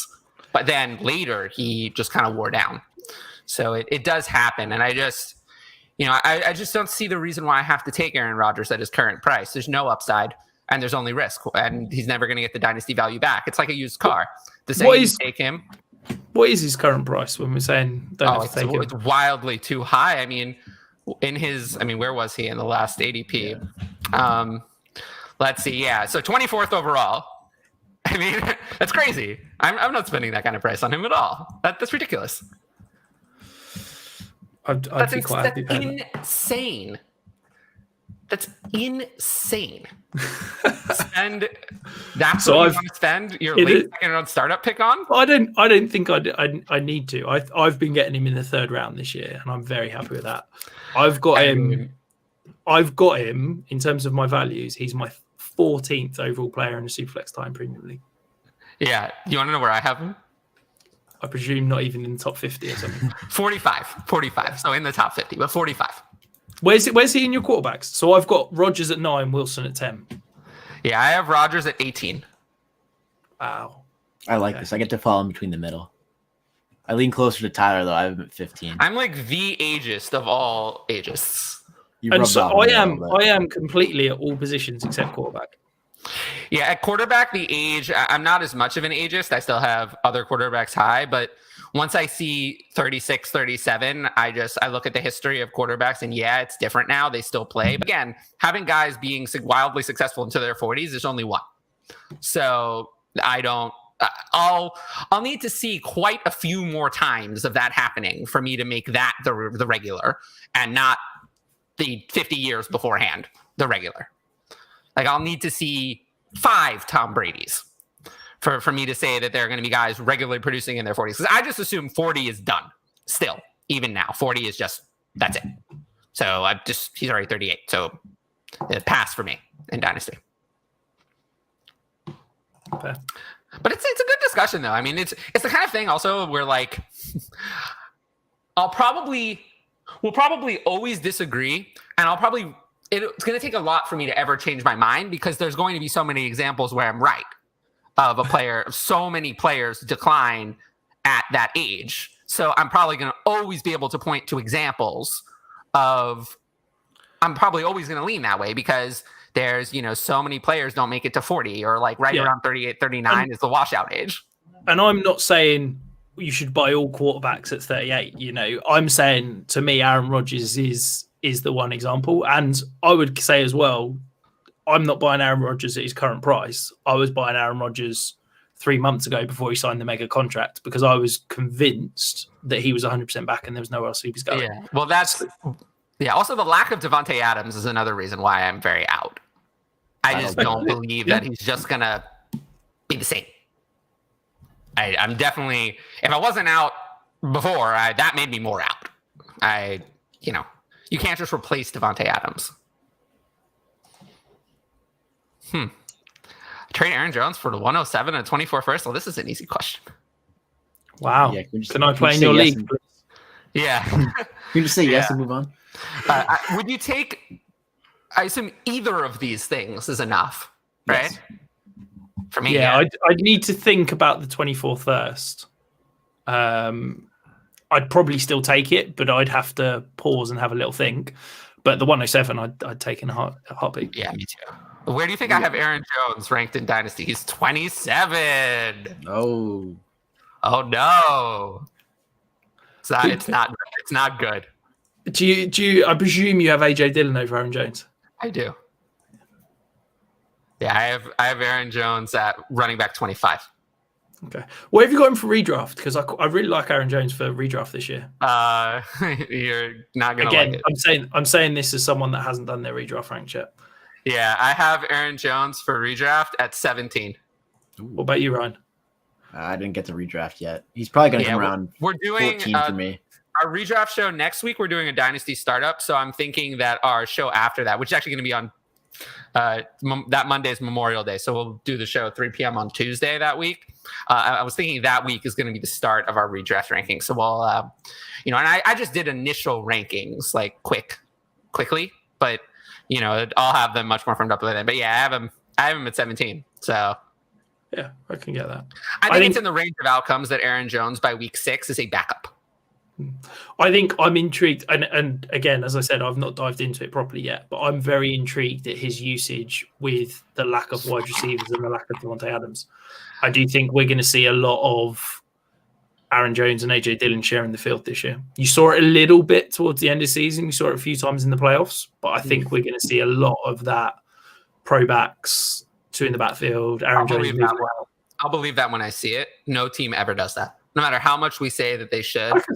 Packers did it in the playoffs. What percentage? I'd say. What percentage of the snaps? I'm doing it off the top of my head, but I'd say I reckon there was at least 10 plays where they shared the field. That's so you're talking what, 20% of snaps? That's not good enough. That's not good enough for me to care. Like I say that I've said that the Browns should do this for years. That they should play half the snaps, that they would be better with half the snaps or more with both running backs on the field, and they refuse to do it. No team ever does it. And I've been railing on this for years that I think teams should, but they don't. But you've also got to remember that was with a Devontae Adams. Now, you could make an argument that Aaron Jones is the best receiver on the Packers right now. I understand. I agree with you, but this is where I think rational coaching is going to fail us. I agree with you. I agree that if I were the coach of the Packers, it's what I would do. I don't think they will. The teams just don't do it. There has not been a team that has run a significant number of halfback, not halfback, fullback, but halfback sets in years. There has not been a team that's run that's been enough to matter. So the last team that did it, the last team that really did it was Tariq Cohen in Chicago. They did what I would call a significant number that year in 2018 where Tariq Cohen was an RB1, RB10 or RB11. They ran enough of that, but I think they're the last team to really do it. So yeah. I'm just looking at snap counts now. So yeah, I'm looking at them too, and a lot of the teams that ran 21 had like the fullback. No, we're talking. That's a fullback run. That's a fullback run there. Yeah, that's what I'm saying. Like the 21%. To me, the last one that I remember that did it significantly enough that I would call it a significant part of their offense was the 2018 Bears with Tariq Cohen. They're the last. That's what ones. I'm saying. The only ones with 21 are the ones with fullbacks. There's no 21 teams that stick out here that ran two halfbacks last season at all. So I think they should do it. I think that teams should be more creative. I think it's where they're missing an opportunity to get their best weapons on the field. I've been saying the Browns should do it for years. I would say the Packers would fall into that category, but they won't do it. I'll believe they'll do it when they do it.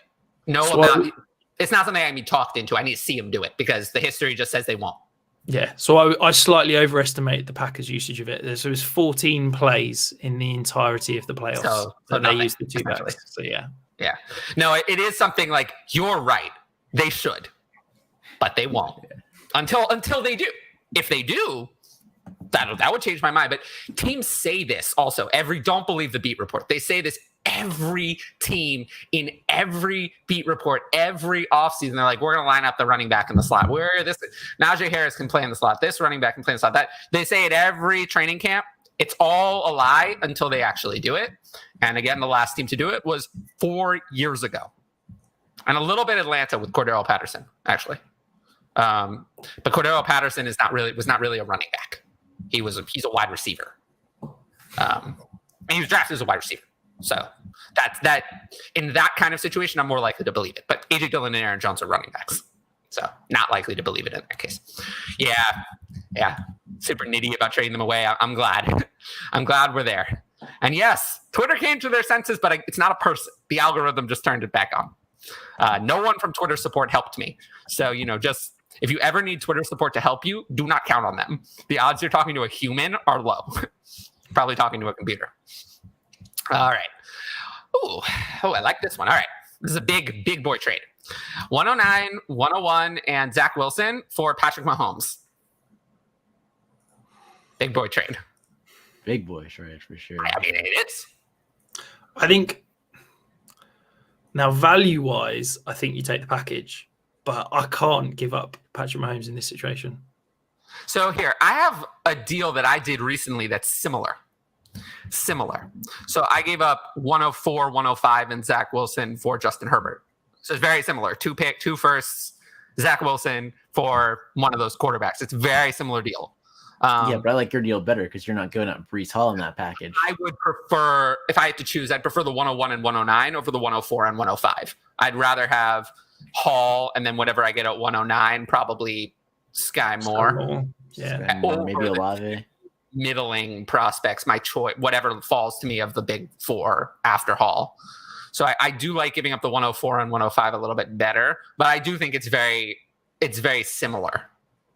Very similar. It's not that different, 104 and 105 versus 101 and 109. So I still think I would take Patrick Mahomes. I can't do this. It's hard in the super flex. It's hard not to just say, you know what, just give me the guy that I know is going to be, you know, elite producer for 10 years plus. Yes. I mean, I hate giving up first. I gave up, Zach Wilson and 104 and 105 to get Justin Herbert. So I was willing to do it to get that, because I just think those are assets. If a quarterback like Allen, really for me, there's 3, Allen, Herbert, and Mahomes. If those quarterbacks come available at not a ridiculous price, I'm always going to take them, because you can always find something else. You can always find another player, a lower end player, but you can't buy those players. Those players don't come available. I've had in the Trade X8 startup, I drafted Lamar in the startup, and I've wanted to move him for 2 years. And that's Lamar, not even these guys. I've wanted to move him for 2 years, and I've never been able to. Because I've never been able to get anywhere near the value I want. So, it's just, if you get those guys and you keep them forever, really. And, that's just, Zach Wilson is just too much of a maybe. I don't dislike him or anything. He's probably not a buy for me anymore. He was earlier in the offseason. Now I think he's a little overhyped. Because, good weapons don't make bad quarterback good. We know that. So if he's bad, he won't just magically be good now. But, he was a buy. Now he's probably a sell, right? But either way, that doesn't change my opinion on this deal. Patrick Mahomes, I think, is a little bit of a buy, actually, to be honest. Yeah, I saw him go 104 in my latest startup. Which, wow. Yeah, I was Shines off. I'll be honest, I had the 101, and it's one of those leagues where I was like, I wish I was a later first so I could trade up and get him, because there's no way there's nothing I could give to get from the 212 to the 104. But yeah, it was outrageous that you got there. Is there Allen at 101? Yeah. Yeah, that's what I would do. Yeah, Allen 101, Herbert 102, and then Burrow 103, which was yeah. No, I still have Mahomes at 102 and Herbert 103. Yeah. Those are very good. Allen at 101 is quite a bit ahead of those two. And then Herbert and Mahomes are kind of a tier. And then I have Kyler and Lamar a little bit behind. And Burrow a little bit behind them. Exactly the same. That's another one. That's probably actually the most famous example that we couldn't come up with. Andrews and Hurst, 2018. Yeah, good shout. For a same team, same position, later pick being better. But that's also a weird one, because I thought Andrews was the better prospect to start with. So it was kind of weird. Titans weird though, isn't it? Because you're not looking at a tight end purely for their receiving production. So Andrews is basically he's a wide receiver as a tight end, isn't he? Whereas Hurst is more of a prototypical tight end, which NFL teams making into the value. I mean, sure. Yeah, but Hurst didn't work out. No. If Hayden Hurst were a third-round pick as an NFL player, he would not be a bust. No. Even though he hasn't done anything for fantasy. As an NFL player in the third round, he wouldn't be a bust. But as a first-round pick, he's obviously a bust. But then when any Ravens fan tells you that they were geniuses for taking Lamar at 32, you just got to remind them that they took Hayden Hurst before Lamar. 25 overall first. Yeah. What would you be willing to give for Dylan pick-wise? Dylan is a hard player to buy, because anyone who has Dylan is usually obsessed with Dylan. So I haven't seen Dylan moved ever. because I'm not willing to give a future first for Dylan. So I've literally almost never seen AJ Dillon moved unless it's for a far superior player, and he's like a piece more of a throw in, a piece in the deal. But just buying AJ Dillon, I don't think I've seen a single deal. I think, I completely agree. I think he's a tough player to buy because guys love him and he's overhyped. I think I'd probably pay two future seconds, but I certainly wouldn't be paying a first. No first. If you get, like you said, 2 future seconds, I don't think you get him without a first. I don't think you get him. I don't think you get him for 2 future seconds. I don't think that goes through. No. So you gotta try. It never hurts to try these fantasy trades. I'm not overly obsessed with making that deal anyway. In a 1 QB, I'll do it. In a Superflex, it's fine. I'll still probably do it, but it's not as great. I traded 106 and 101 for 106 and 23 first for 101. I believe my team is easily top 5. Okay, we're not assuming the 23 pick is 109. But let's see. So just on the let's say it is Jameson Williams. Let's say the draft goes chalk and it's the top 5 that most people have, and then Jameson Williams is the 106 because that's how it is in most drafts for Brees Hall. So would you take Jameson Williams in a 23 first or Brees Hall? I'd prefer Brees Hall, but it is very, very close. Don't like trading away those futures, but I agree. Brees Hall. Yeah. If this is a 1 QB, I'll easily take Brees Hall because then I'm not as scared of giving up the 23 first. I'm only scared of like 2-3 picks maybe. But if it's a super flex, I'm much more scared. I'm not giving this up for the 101. Not sure I'd sell the 101 for this. I'd really hold out for 105 in a 23 first in a super flex. Then I would give it up to get one of the players I like better. But I'd at least consider it. But yeah, in a 1 QB, I'm not doing it. And it doesn't say which one it is. But to come back to our earlier point as well, I think this is a perfect example of where you can get yourself into trouble. You're saying your team's top 5.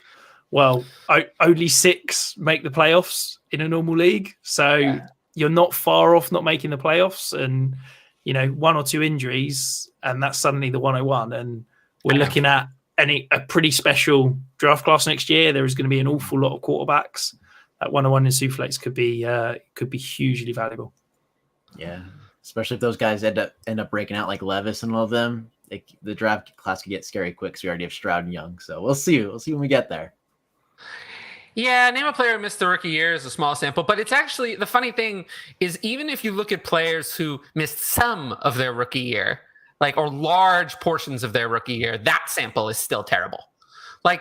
It's just if you don't, getting off to a good early start is important, and players who don't usually don't succeed because we have the face planner rule, right? I mean. And if you just don't allow injury to be an excuse, every player who missed a large portion of their rookie year falls into that category. So of someone who lost value from your except Patrick Mahomes, it's an outlier. Yeah, that's true. But I almost wouldn't even include quarterbacks in there because I don't evaluate in Dynasty. I will say. And I think we had this discussion about quarterbacks a little bit earlier. I have a completely different process for quarterbacks. Running backs, wide receivers, and tight ends, I kind of handle a little bit similarly. Whereas quarterbacks, I think I'm doing a completely different activity. I'm doing a completely different process, completely different rankings, completely different everything. Whereas the running back, wide receiver, and tight end, I think you can group in. So for quarterback, I just see it a little differently. I'm more likely to give a quarterback time. Whereas, with the other positions, less so. And then with quarterback, how good they are for real life matters more than any of the other positions. Especially, yeah. You guys talk about Landry? Oh, we did. I mean, I have a video up on Landry, so go watch that. But yeah, I mean, we did address it. But yeah, I mean, there's a video up on Landry, and I think I did a pretty good job covering it, even though it was only a 60-second video. But in terms of being in on Landry himself, I'm not in on Landry at all. Took McBride and Taekwon Thornton. we haven't talked about McBride at all. Taekwon Thornton apparently was the highest in my rankings, so it must have been a very late pick. I mean, these players don't have anything to do with each other, right? I mean, McBride is. I'm not really looking to sell McBride so easily. He's more of a hold, like long term, to wait for the value. But Thornton, sure. Presuming this is a non-tight end premium league, I'd sell both of them for a future second, because I don't think you've had to pay that at all to acquire them. I'm presuming you've probably spent a third on them. If I can spin a third into a future seconds in what, if we're talking 2023 second, I think they're going to be hugely valuable. I think if we're talking 5-6 quarterbacks could be first round picks next year, I think 2023 seconds are going to be amazing. I just don't think you got McBride in the third anywhere. Even in a super close kind of premium. I still think McBride was in the second in almost every draft I saw. I never saw him go in the third. I've seen him sneak into third a couple. Because I wouldn't take him in the second, and I guess I just wouldn't allow it if I were like when I'm in control. Like I wouldn't allow it to happen. So, and the league I got him in doesn't have a tight end spot, but has a tight end premium still. So there's then I'm not interested. Then I don't want him at all. Then he's worthless. Then I'm never going to flex him. He's not that good. So then he's totally worthless to me. So I'm not sure I would have taken him in the third. Maybe. I mean, he's just okay then. I don't. Let's have a look. I'm just on the DLF tool. Trey McBride has got a 20% chance that he makes it to the 301. There you go. So low. Yeah. Yeah. I mean, yeah. And he is. I mean, he was 23 in DLF's ADP, rookie ADP. So I did think that was a little bit low. It's not. I think MFL's ADP with the thousands of drafts that has him at, 18. I think that's more accurate. I don't buy the 23. I love McBride as a prospect. I just hate rookie tight ends, so I just don't draft them. Yeah, I see that. But if you waited on Kyle Pitts and Pat Freiermuth, the bet didn't pay off. Cole Pitts is he's not in this conversation. He is a different. Okay, but then Pat Freiermuth, if you waited on him, the bet didn't pay off either. 100%. And Pat Freiermuth, wouldn't you say Pat Freiermuth and Trey McBride are very similar prospects? I mean, they were drafted at almost the exact same pick. I'd say that McBride was a better prospect than Pat Freiermuth. I'd lean Freiermuth was better, but I'm not dying on a hill either way. Like I put them, to give you an idea, when I ranked them initially, they fell in almost the exact same tight end and overall spot in my initial rankings. McBride fell in a similar spot this year to what Freiermuth did last year. So that would mean I had them almost identical. So for me, in terms of my model, Trey McBride is the 6th highest player since 2003 in my model. For tight end? Yeah. I think the draft capital's got to kill that though, right? Without first round draft capital? Slightly, yeah. But so when you bake in draft capital, he's got 6th highest. Really? Yeah. So the only guys I've got ahead of him, so Cole Pitts, Heath Miller, Dallas Goedert, Dallas Clark, and Austin Seferian-Jenkins. And that's not my rankings. That's my mathematical model. Hey, I mean, there's some hits in there. I mean, Dallas Clark is Dallas Goedert's pretty good too. But yeah, no, first round tight. I mean, the hit rate for first round. I think this was on the FTN podcast, but like the fantasy hit rate for first round tight ends is like 70%, and for every round after is like 20. Yeah. So it's like if a tight end doesn't go in the first round, it's kind of like they're a speculative play at best. If you split it first 2 rounds and top 55 picks, because I did a deep dive in tight ends last year with Cole Pitts. I think it's top 55 picks. It's about 50%. Yeah, it's better in the second round than it is in the rest of them, but it's still. I mean, the drop off is huge. Yeah, but I think Trey McBride, because I think he was I want to say he was 55th, so he just squeezes into that 50% rule. First round tight ends used to be like a mortal lock. And then you had the 2017 class where they all failed. But I guess would you call, would you call like Evan Ingram a failure? I guess. Depends on where you drafted him. I mean, it depends what you. This is the issue with looking at hit rates rather than what I look at, which is average PPR over the first 3 years. Because if you look at hit rates, like I'm pretty sure Evan Ingram had a top 12 year. Has OJ Howard had a top 12 2018. year? Yeah, 2018. So does OJ Howard count as a hit? David Njoku also 2018 was top 12. Like I'm not counting them as a hit in terms of a first round rookie tight end that's hit. Yeah, if I had to say like what I would count, I would probably count Evan Ingram as a hit, but OJ Howard as a failure. Actually, as weird as that is to say, the fact that I think Evan Ingram gives you enough. Well, Evan Ingram was the DLF tight end 2 at one point in ADP. Like that, even if we're not talking about his fantasy production, just in terms of his value, the fact he got up to I want to say tight end 2 at one point. Oh, he did, yeah.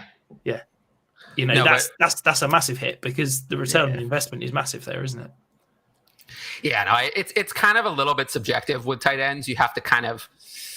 I don't think there's a good metric to really decide how many seasons is required, but just kind of in my opinion, I would say if you look at it I would say, as weird as this is, I would say TJ Hawkinson is a hit and Noah Fant is a failure as of now. Like if this is all I get, TJ Hawkinson is a hit and Noah Fant is a failure. Yeah. At what they cost. Yeah. So, but this. I think with that's tight such a end, fine line. The scoring difference is not that big. No, because you can go, the difference between like tight end 6, tight end 7 on the season, you're talking like 10, 11 points per game. I know. And then at tight end 18, you're deeper. talking the same, aren't you? It's, Yeah, it's why I say you often have to look deeper than just kind of the raw numbers there. All right, 108 or Kirk? 108. The format doesn't matter. Yeah. Are we talking about Christian Kirk or Kirk Cousins? I think the C. Is that Kirk Cousins? Oh, C. Kirk Cousins. Oh, Kirk C. Okay. Oh, it's backwards. Kirk Cousins. Yeah. Okay. I'm taking Kirk Cousins if that's. Yeah, Kirk Cousins then. Yeah.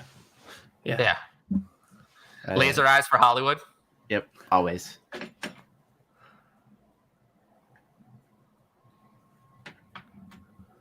What? No, we haven't. I don't know who he is. Yeah, I don't know who that is either. He's a UDFA. Then I don't care about him. The only UDFAs that I would say the only UDFAs that are even worth my time are Justin Ross and Kennedy Brooks, and nobody else. Everyone else is a waste of my time. So until they have a reason, not I would to say be. that Julius Chestnut had the coolest name in terms of colleges he went to. So he was a Sacred Heart pioneer. Oh, I like that. But yeah, in all seriousness, though, like I said, Kennedy Brooks and Justin Ross are the only UDFAs I'm willing to take any time on. The other ones I think are Kennedy Brooks actually got a very large amount of guaranteed money, more than most 6th and 7th round picks. So I would Smith though, not Abram Smith. No. He didn't do anything in college at all. I mean, he was off the radar completely. Whereas Kennedy Brooks was someone most people expected to be drafted. It doesn't matter if you're picking in the 5th round of rookie drafts. I wouldn't. I mean, I don't. I guess, but Kamara might get that suspension. Well, then maybe. But I still think they would second sign. He does. Tony Jones becomes a stud. I know. Yeah, exactly. He wasn't included in DraftKings best ball pool. Abram Smith, they left him out. So you can't even draft him. Well, that shows you. There's a reason why. Yeah. All right. Tyler Algier and Jahan Dotson. Thoughts on those two? So, Tyler Algier, I think we talked about a lot. I mean, none of us liked him at his price. Jahan Dotson, I don't think we've talked about at all. I mean, not on this show. But what do you think, Rich? Because Ryan and I have talked about Jahan Dotson a lot. I really like Dotson. I was on record as saying, to me, pre-draft, everyone was talking about the big 5, and as far as I was concerned, there was a big 6, and I was including Dotson as in that big 6. He then obviously got the draft capital that we all dreamed of, and I can't get why everybody's fading him. I've ended up with an obscene amount of Dotson shares so far this year. I really like him. I think he's a good prospect. I think people are overblowing the size issue. I think if we're going to have questions about Jahan Dotson's size, then we probably need questions about every receiver in this draft class, quite frankly, size outside of Burks and London. I think he's a really good, solid prospect. And I think people are saying it's a bad landing spot because he's got Terry McLaurin, but what landing spot in the NFL doesn't have at least one competent wide receiver? Well, it's a bad landing spot because he's playing with failure. He's playing with failure. So there's failure. So the problem is that there's an infestation of failure. It's the Washington organization, the Commanders. There's a lot of failure with Dan Snyder. The whole thing is a big failure. And then they bring in added failure. Carson Wentz, who everywhere he goes manages to alienate everyone who coaches him, everyone in every front office, and every player. So he manages to cause a problem everywhere. So my problem with Jahan Dotson is that Carson Wentz is so bad. I've written about it so many times. If you look at Carson Wentz's 2021 production, you look at that team, after Michael Pittman, who was still not all that great, the next receiver, no one else broke 400 yards. No one else broke 400 yards. Yes. The problem is it is a failure. So, and I think it's actually going to be worse this year because the Colts, at least, had a more competent organization. They were better, but the Commanders are a disaster. They've been a disaster for years. So now I think we're going to have a complete and utter dumpster fire.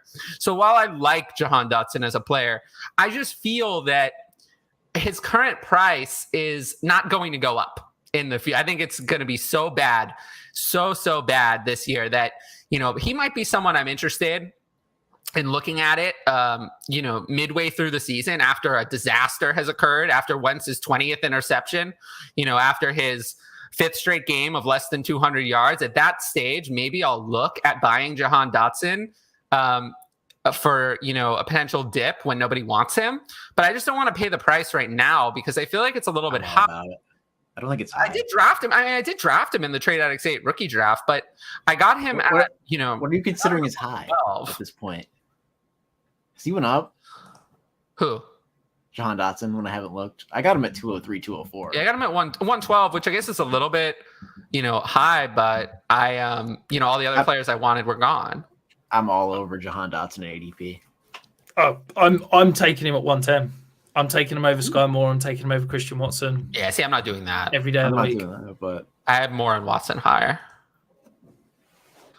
I'm just too confident in my ability to flip the players.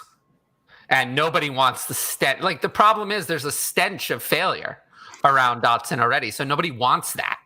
The second people talk about it, and this happens every year, people talk about, they love the prospects. But then as the season starts, everyone forgets about that.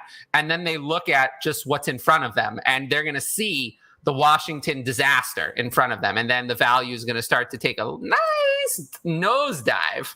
So I just don't want to I'll take the guys that have the exciting Green Bay and Chiefs because I think I can sell those guys if I have to. Sky Moore, I believe in more than Christian Watson. Christian Watson's the one I'm looking to just get rid of as soon as he produces anything, where Sky Moore is the one I actually believe in. I do believe in him. He's someone they have Juju Smith failure. And, Marquez Valdez can't do anything as their wide receivers. So, and Mecole bust as their wide receiver 4. So they need him.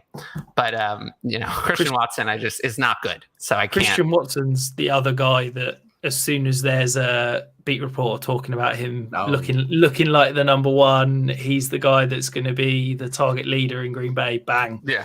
Immediately sell because I feel like the hype on him is going to go crazy.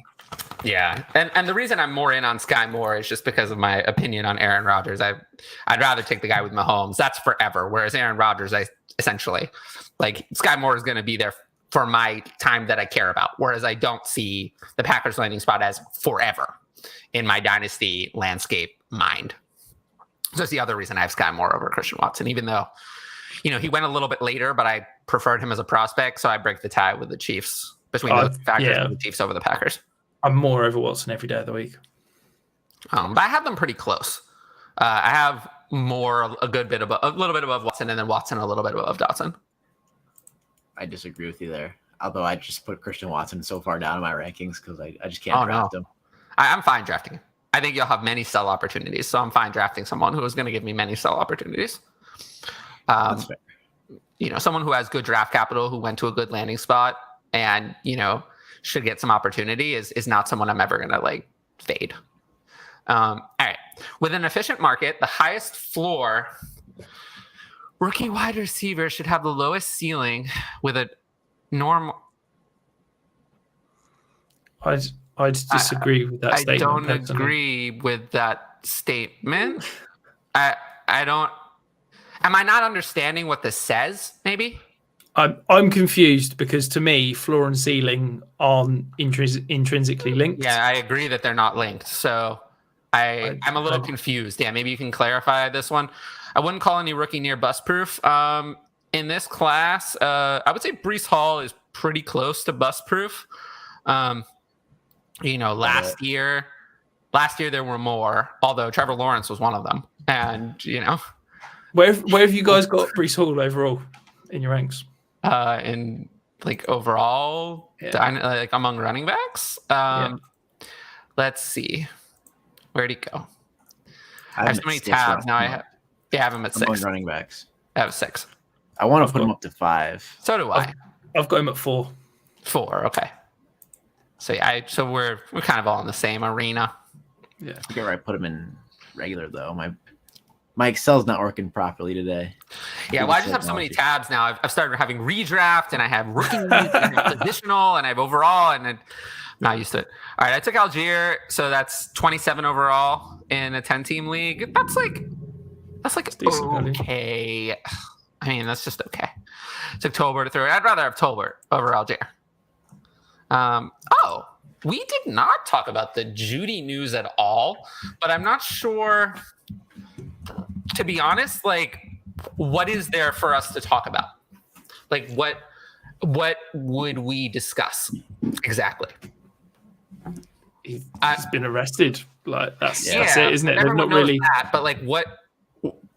I'm just saying, like, what is there to add other than the news report? Like that's the thing. Like, you think a suspension's coming, for example? Because I don't think so. I think if there's guilt, then the NFL has shown that any domestic violence incident they'll suspend for. I think there'll be a minimum of 2 to 4 games. But we're so early in the process to be assuming guilt at the moment. All we know is he's been arrested. I know nothing more than that. I don't know if I've missed a his girlfriend already said she wanted the charges to be dropped. So there's not going to be any charges. It's not a felony either. This is a misdemeanor charge, and he's already been released, and she already wants the charges dropped. So, like, obviously, like, this whole situation is shitty. Like, it just sounds like, I don't know. This one doesn't, to me, I'm usually like hard on the players for this kind of stuff, but this one, like, it just sounds like she stole his phone, and then he stole like some baby formula and like some keys, and like, this sounds like something that probably didn't need the police to be in. Like, this could have been worked out. Like, this should have been like a civil case. This doesn't sound like a criminal case to me. I don't know why. My guess is if it's not Jerry Judy, if this is just some person, nobody's ever arrested. I think it's Jerry Judy. But I also think it's domestic violence. I'm not claiming to be a US legal expert, but over in the UK, if the police are called on a domestic violence incident, the rule is they have to separate. In Colorado law, it's in Colorado law that it's a mandatory no bond hold. Yeah. So, it is in the law. Legally they did the right thing. It's just mostly that I don't think this call is ever made. If it's just a random person, I don't think we never hear about it. Yeah. But because it's a celebrity, it's more likely to come up. But again, I'm not expecting a suspension for Judy on this issue. The only thing it kind of makes me think is that he might not be the best person. And that gives a slightly higher risk of him doing something else bad, just because like he already obviously did not, something along the line, like he didn't handle this situation all that great. Even if I don't think he should have been like arrested or had to go to jail over it. Like, he definitely could have handled it better. Like, it does give me a question mark over the potential of the Broncos paying him, because you've got to look at it. They've already paid Sutton. They've just paid Tim Patrick, wide receiver 2, money. Judy's got 2 years left on his contract. If they're starting to have question marks over him, but if they're having question marks over him as, whether his character is there, it could be that they don't want to pay him. I don't know how you guys are viewing fifth-year options at the moment, but I'm basically expecting, unless they're an absolute stud, they're not going to get picked up because now they're for Judy, like fully a guaranteed. Fifth-year option is going to be like 17 million. Exactly. 17, 18 million. So, mind you, with the way Christian Kirk's getting paid, that's going to be pennies in 2 years' time, isn't it? But still, for someone like Judy, he's not worth 17 million. Yeah, I think unless you're basically because it's fully guaranteed a year in advance. I think unless you're, a stud, I expect most teams won't be picking up fifth-year options. It depends on for quarterbacks maybe, but for a lot of other positions, it's not worth it, especially wide receiver. But yeah, as for the Judy news, I just think if this is it, and he just comes back and everything is back, everything's kind of back to the way it was. Like, I think I made a slight value adjustment already, and I don't expect to make another one. And it wasn't very much down. I think I dropped him, like 7 or 8 overall spots, so not much. That's not a lot in Dynasty, but I do think it, we'll see if anything else comes out, but personally, I don't consider this a situation where there's another shoe. And what I mean by that is, like, with Alvin Kamara, I think there's a sword hanging over his head that if that video ever appears, that the suspension will be large and severe, and there will be an extreme punishment. Whereas there's no sword here. There's no X thing could come out or X thing could happen. He would have to do something else. And like, you can worry about that, but I'm less worried about that than I am like with Alvin Kamara. Like, there is a piece of information out there that could cause severe discipline. And I think that could happen. So I'm more worried about that. And then with Dalvin Cook a little bit, but not as much. It seems like that's not going to happen there. But with Alvin Kamara, I am still concerned that there's that video out there that people are talking about, but nobody's ever seen. So that gives me some concern. But with Judy, I don't have any such concerns. It seems, it seems like this issue is resolved at this point, and there was no violence or anything. So I don't expect a suspension for Judy. There typically in these cases, if there's almost never a suspension for non-violent, non-drug issues. Almost ever. I can't remember even one. Almost every suspension involves some sort of violence or some sort of drug violation. Yeah, there's been a few that have been civil cases that have been settled that the NFL has then still suspended. Yeah, but there was no violent component. They've been violence. But there was no violence in this case. So no. I don't expect any. And there was that one guy who got suspended for the stock infractions, the insider trading. Michael Kendricks, yeah. There was that guy, but that was like hang on. I was going to say, didn't he go to prison for that? Yeah, he went to prison, but then he was also suspended. Didn't he play when he got out of prison too? I think he did, but there was a suspension with that. But he went to prison for that. But yeah, typically, unless there's a violent component, there's usually no suspension. And honestly, like, I'm okay with that. Like, I won't think that I wouldn't suspend him for this issue, personally. I think suspensions should be reserved for, people who do things that are, I don't think there's going to be any case here. So I kind of a little tepid on those ones where there's just nothing actually happens in the NFL, just kind of comes out of nowhere. So I'm fine with no suspension in this case. Again, I'm usually hard on the players, but also every case is different. Every situation is different. So it's, I think it's good not to have a one size fits all policy. Okay. So traded 101, 205 for CMC and 302. So love it. Really? I've got Brees over CMC. So if I'm getting an upgrade on picks as well. Brees away. Oh, no, definitely not. No. Yeah. Sorry. I misread that. I have them identical. So I'll take Brees with the 205 then, because I think I'm going to get at the 205. I think I'm going to get a player I like. What at the 302? Lottery ticket. Not so sure. Like I've John Mechie fell to the 210 in one draft. I mean, you can get maybe David Bell at the 205. You can get in some drafts. I've seen you can get George Pickens at the 205 in a Superflex tight end premium. Sometimes he falls to the 205. So I'll definitely take the 101 side here. Yeah, I agree, but you do not deserve as much hate as you're getting for it on the Twitter sphere, Akash. I don't think this deserves hate, but He's it is getting a clear. people are being harsh with him, overly harsh, way too harsh. Is it just nobody ever Rookie harsh? hype, isn't it? Yeah, nobody's Rookie ever hype. harsh.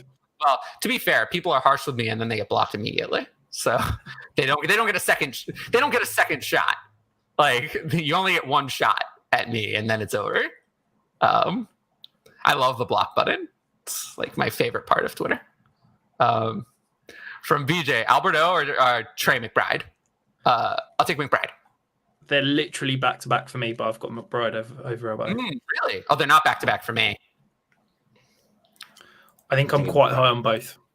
I put this on the show sheet, but I think we're not going to get to the show sheet. So Nah. I think we're not doing the show sheet at all. But I put this on the show sheet, so let's just talk about it now. Give me a percentage chance. What is the percentage, in your opinion, that you think that Greg Dulcich is better than Alberto? What is that percentage? I put that on the show sheet. I'd say 25%. I was going to say something in that range. I was going to say in the 20 to 30s. You've got to understand, I was someone who, prior to the Russell Wilson trade, was preaching that Alberto was the best tight end in Denver. I didn't say that, but I was in on him before that trade. Yeah, so and put him on as a throw-in and a trade. I was very in on that. So I'm pretty high on Alberto. I don't hate Dulcich, but I do think that Alberto's a better prospect, and I get draft capital and everything, but I think the way he's shown over the last 2 years has been pretty impressive. Yeah, I think it's like a 40% chance. I think it's pretty high. So I'm not, Yeah, but if you go to Alberto Twitter, has shown like he has 44, like in 18 games, he's 44 receptions for 451 yards and 3 touchdowns. That's nothing. Like that's great, but like that he hasn't proven anything at all, really. He's had bit part roles in every single game he's played outside of one game where Fant was hurt and he played 81% of the snaps. And in that game, he had 4 catches for 25 yards. One game last year with more than 60 yards. One. And no games with more than 5 catches. So he hasn't done anything. But I think he's been playing behind a first-round pick in tight end. I agree with you. I think I'm just saying it's a projection. There's no evidence that Alberto is anything more than just a guy in the NFL. None at all. I think if you were to take it on, prorated stats, Alberto outproduced Noah Fant last year in every single category. Targets. I hate Noah Fant. I hate Noah Fant. Like, don't hear what I'm not saying. I dislike Noah Fant. I don't think Noah Fant is very good. I was said many times on this show, almost word for word, that, while I think Fant is better, the difference between, I would say this constantly, the difference between Alberto and Fant is minimal difference. I mean, there's like no difference. I mean, Fant is a little bit better, but I see like minimal difference between the two players. I was saying their production would move closer to each other. I was totally out on Fant, totally out when they were in the same situation because I thought they would eat into each other's production. I didn't see a difference really between the two players much, but that was more because I absolutely hated Noah Fant more than that I loved Alberto, I would say. And I just want people to realize that it is a projection. There is no evidence at all that Alberto is going to translate to the NFL at all. There is no evidence. There's nothing there. There isn't even that one big game. There's nothing. But then you can make the exact same argument about Greg Dulcich. That's all. I have Greg Dulcich way lower. I have Greg Dulcich way lower than Alberto because it's the same argument. It's, he has slightly better draft capital, but not much better. And, college prospect, he was just okay. So you can make the same argument, but that's why I have the percentage chance as 40, not 25, because he was picked higher and he wasn't a terrible prospect. Greg Dulcich by the end of the draft was my tight end 2 in this process. I was so sad when Jelani Woods went to Indianapolis. I was so hoping that would be Greg Dulcich. And if that had been Greg Dulcich, I would have been all in. But it, didn't work out that way. And even though he was only a few picks later, he went to a landing spot that's not nearly as nice. But yeah, no, I would say I was, if he was my tight end too, I wasn't out on him. So I do see him as a threat. And I'm not just assuming that Alberto is going to be a monster. And, he's stuck. I mean, I think Alberto is if you projected out the targets, I think he's the fourth target on that team. Yeah, I mean, if you're talking last year, he had targets per route was about 23%, which is good. A decent percentage. If he can carry that into a full-time role, I don't think he will, but if he can, if he can get 20% targets per route, then I think he could be a top 12 tight end easily this year. I ranked him in redraft, and I ranked him at 15. And I just feel that I don't see how he gets there. I don't see how he gets there unless one of Sutton, Judy, or Patrick goes away. Because I think that they're all good. Because you always say good players earn targets, but the problem is that those players are all good. I don't think those players are bad. I mean, as much as I hate on Sutton, KJ Hamler as well. KJ Hamler is, unfortunately, I don't know if he's good or bad, but it's clear he's worse than those three players. He's not good for fantasy, but I think from an NFL perspective, stretching the field, I think he's going to get used. I feel for him, actually, because I think he got stuck. I think on most teams in the NFL, he would earn at least a 50 or 60% snap share in, a lead as the wide receiver 3, maybe splitting time with someone, but he would be the preferred depth. Like if you put him on a lot of teams, he would be that third receiver. But unfortunately, he just got the luck of the draw that he ended up here. And then Tim Patrick is just a better player. He just is. He's just a better player. He's proven it. He's proven it over years that he's superior. So unfortunately, you get drafted where you're drafted. You don't get a choice. And I'm not sure that KJ Hamler is awful, which also makes me like Alberto even less, because then even if one of the receivers gets injured, KJ Hamler steps into the role, and then it's still not a guarantee that Alberto is moving that much more up the target pecking order. So I'm a little worried. So I would take McBride, the one that I think, you said that he was your sixth highest tight end prospect, even with your draft capital, baked in, sixth highest tight end prospect ever. So I think I'll take that over the 4th round pick who hasn't done anything in the NFL really. Yeah, McBride's my dynasty tight end 13. Yeah, he's 13 for you. Let's see. Where do I have him? I have him at 10. So I'm higher than you. Yeah, 10. I have him ahead of Gesicki, ahead of Knox, and ahead of Fant. I suspect those are the differences. Yeah, apart from Fant, Fant I've got 17 or 18. So, well, no, those are differences. Then I have. Oh no, you have Fant even lower. You have Fant 17. Wow. Yeah, so do I. You do too. Oh wow, I used to be the Noah Fant hater, and now I have Noah Fant. Congratulations. Well, I was always. I think I started calling him Noah Can't. Yep. Or Noah Fart. No, Noah Failure. But apparently now I'm the highest one on Fant. Sometimes you get Pat Frymuth, sometimes you get Irv Smith. I do think that Irv Smith is a breakout candidate. He turns 24. We're still there. He turns 24 this summer. So the age is still there. I have not given up on Irv Smith. But he's just a stash. I mean, he's just the dart thrower. You can't count on it. Anything to add on Irv Smith? No. It's every year we try and tell ourselves that there's 10 breakout tight ends, and every year one of them breaks out, and then the following year we're like, but this guy broke out last year, so that means these 10 are going to break out this year, and it's I won't have any Irv Smith in Dynasty because he's going a full 2 rounds earlier than I have him ranked. So, I'd rather just pay up for someone else.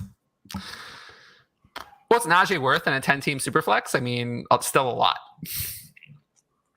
I'd need 2 23 firsts plus. Yeah, at least. Yeah, that sounds about right. So that.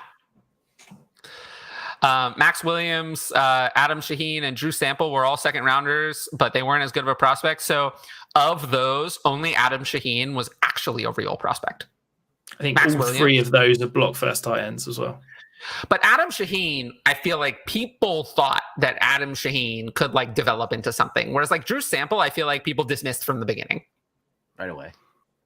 Like I guess is before my time. Really. I liked Max Williams when he got drafted by the Ravens. The problem is that he's never actually been used as a true wide tight end. He's never got the opportunity. He was in Arizona for like 5 weeks. And and he looked good. And then they traded for Zach Ertz. So who knows? I think he's destined to be one of these. Remember, he got hurt. He tore his ACL, but he was actually good. Yeah, but now he's back in Arizona, I believe, again, isn't he? He's re-signed. But essentially of these, Max Williams, I think, was actually a decent prospect. Just didn't work out. It was Ravens. They had like 5 other tight ends on the team. Whereas Adam Shaheen was like a small school projection tight end who never developed. And Drew Sample was drafted to be a blocker. Drew Sample, I think the Bengals would tell you that they see Drew Sample as a success. You've got to look at Drew Sample in the playoffs when CJ Uzomah got injured, and they tried to use him as a receiver, and then he didn't. He was terrible. So that tells you everything you need to know about Drew Sample. Yeah, but I think he actually did add to their. I mean, he is a good blocker, but I don't think they ever expected Drew Sample to be a receiver. But this goes back to what we were talking about earlier in that tight ends when they get drafted, you've got to bake into a lot of their value to an NFL team isn't what's valuable to fantasy, and that they're difficult to just look at draft capital. The Drew Sample was dismissed by the Dynasty community from the beginning. Yeah, he was. Rightfully so. Half PPR. Sky Moore will be top rookie wide receiver. Thoughts? Well, in redraft, I have Sky Moore ranked at wide receiver 42. No. I really like Sky Moore. I really like the landing spot, but I can't take him over Wilson. I can't take him over Olave. I can't take him over London for redraft. I'm with you too. So here are my redraft rankings for some of the select rookie wide receivers. So I have London as the highest for redraft at 27. Then we come to Treylon Burks is sitting at 33. Garrett Wilson is next at 35. And then Sky Moore comes in at 42. Christian Watson at 43. Jameson Williams comes in far lower because I don't think Jameson Williams is going to be ready week 1. If I found out that was going to change and he was going to be ready week 1, he would be higher. But right now I have Jameson Williams at 55 because I don't think he's going to be ready to play. If Jameson Williams, wide receiver in redraft who doesn't play week 1. If Jameson Williams is ready to play week 1, he bumps up my ranks because he's a superhero who's recovered from a torn ACL in ridiculous time, and I'm just thinking he's superhuman. So he's NFL's gonna be nothing for him. Well, yeah, I hear varied reports. Some people say that he's like not doing well as his rehab, and then other people say that he's gonna be ready for training camp. I just don't get how a team can draft a guy as a 16? 12. No, he's at 12 overall. 12. Traded up and then rush him through that process. I think Detroit aren't looking to compete this year. So what are you gaining by rushing a guy and potentially re-injuring, ending his career? Yeah, but if he's 100% healthy, then he should play. Absolutely, but is he going to be 100% healthy in what we're talking 8 months? Maybe he will. Maybe he won't. Maybe. Right? I mean, we'll see. Yeah. Right? I mean, who knows? I mean, I always complain about J.K. Dobbins. I always say, like, why is it taking so long? Why is there another delay? Why is it always going to be a long time? And he doesn't seem ready. So I always complain about him. Yeah. I've been complaining about Saquon Barkley for years. Yeah. There's always a new problem. Somehow, always every injury takes 2 months longer to recover from than the projected timetable. So why is that happening? You would think that a star player would heal faster. They usually heal faster, but he's slow. Every time there's an injury, it just takes twice as long. So I don't know about him. Thanks for the info, no problem. Pick it at 111. I like that. I like that. And Dotson at 202. I like that too. I'm a fan. Although that's not a Kosh-like picks. Why not? I know Akash. He's not picking these players in drafts normally.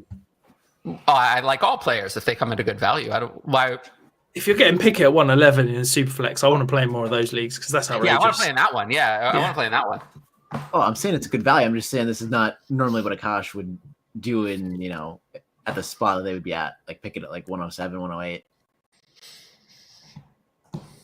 Take the value. Yeah. Josh is a value drafter. All right. McBride at 212 and 14 team superflex, so 26 overall. That's a good value. That's a good value. I like McBride there. Oh, never mind. It was Pickens at 201. That is like just okay to me. I'm not like overly in on Pickens. That's right where I've got him at 13. So yeah, that's where I have him too. In superflex, yeah. Exactly at 201.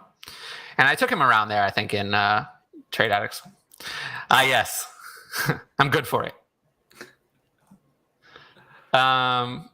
If your top 4 rookie wide receivers are the same as ADP, and you think that Wilson has the safest floor, and you're also saying he has a lower ceiling, but I have Wilson at 1, so I'm not necessarily saying that. But I think I'm misunderstanding Akesh, because I really disagree with that. I think someone can have a high floor and a high ceiling. I think someone can have a low floor and a low ceiling. I don't see. Yeah. I think we're not understanding this question. Yeah, for me, ceiling and floor are completely not intrinsically linked at all. So I'm completely. I think I'm with you that I'm confused. I think I have Wilson at 1. So do I. I think he has the highest floor, and I think that his ceiling is maybe. I think London and Burks' ceilings are higher. I would say Wilson, I think ceiling, it comes 3rd in the class. So floor 1st, ceiling 3rd. Yeah, I think Burks has got the highest floor and the lowest ceiling. The lowest floor, the highest ceiling and the lowest floor of any prospect in this class. Yeah, in terms of ceiling, I would go Burks, London, Wilson, Williams, and then Olave. Yeah, and then those are my top 5 for both categories. And then in terms of floor, I would go probably Wilson first, then maybe London, Olave, Burks, and then Williams last. I think Williams' floor is pretty low. Yeah, I think I'd agree. I think I'd say maybe Williams' ceiling's higher, and I'd say Olave's floor's higher, but pretty much as you said. Yeah. To me, Wilson and Olave are very similar prospects. I've noticed a lot of correlation in how people feel about them. People who like Wilson actually also tend to like Olave more, because there's that, projection that Wilson is the better version. So if you like that, then you tend to like both players. Whereas I've often seen it, the people who don't like Wilson who don't have Wilson at 1 tend to not like Olave either. Yeah. Well, then I think I'm just interesting. I think I'm just confused. Yeah, I think I'm confused. Elijah Mitchell for a mid 23 first. No. We're not risking that. We'll take that's too risky, right? I mean, we have to take the 23 first. Yeah. Sorry, I thought you were saying it was too risky to give up a Mitchell. Yeah, no, I'm definitely taking 23 first for. Yeah, we can't give up a 23 first for a running back that's so risky. Particularly as it's 2 quarterback, because I think next year's quarterback class is incredible. So not even super flex, it's 2 quarterback. Exactly. So though I really think you're potentially going to get 5-6 quarterbacks in the first round next year, and if that happens, you're talking there's 2 elite running backs, potentially 3 elite running backs, plus a couple of monster receivers. 2 monster receivers, That middle of the first round, you're either going to be getting the second or third. JSN is better than any receiver in this class. Ooh. Oh, this class. I thought you were talking about next year. Next year is an argument. Are we talking when you say this class? When you say this class, you're talking 23 or 22? Yeah, no, 22. Oh yeah, no, definitely. He's better than any receiver in this year. I mean, we know he's better than he's better than Wilson, and Wilson was my wide receiver 1 in this class. Exactly, so it's pretty easy to say that he would be the top wide receiver in this class. I'd say Butte's better than him as well, better than any receiver in this class as well. I just think that was an easy one because he played on the same team as 2 of the wide receivers in this class, and it's so obvious that he was better than both of those guys. That's going to be such a fun debate heading into next year. And Wilson's my 1 in this class. So, yeah, I'm very excited for him, but I'm not sure next year's class has the depth at wide receiver that this one did, but it's okay. It won't matter. The running back is what we all care about, and quarterback is this year's quarterback class really took it down. That's what I mean. If you're getting Kayshon Boutte, who was an elite prospect at age 18 at a college with LSU, playing opposite Terrace Marshall, And you're going to get him at 109, 110 probably next year. Yeah. I mean, that's mind blowing.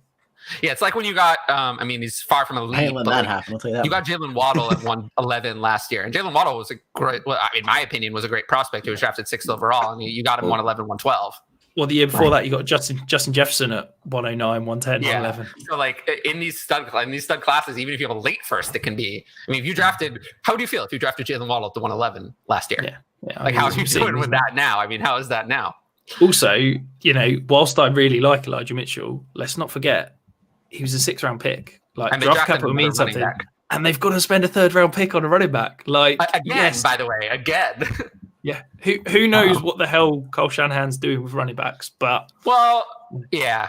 I just think if you've got a guy that has proven through his NFL career as a head coach, he can get incredible production out of essentially useless assets at running back in terms of. He's done it with everyone except Tevin Coleman.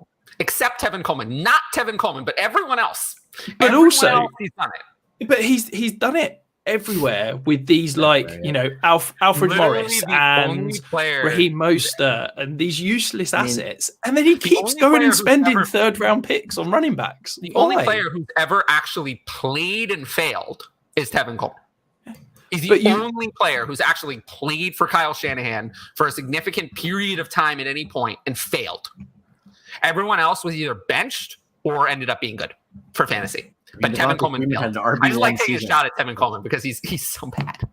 He's so washed. And for some reason, the Jets gave him like $600,000 guaranteed to, I don't even know do what. He must be incredible in the locker room. He has to be there. He has to be a great person because he is literally has been cooked for years. Yeah.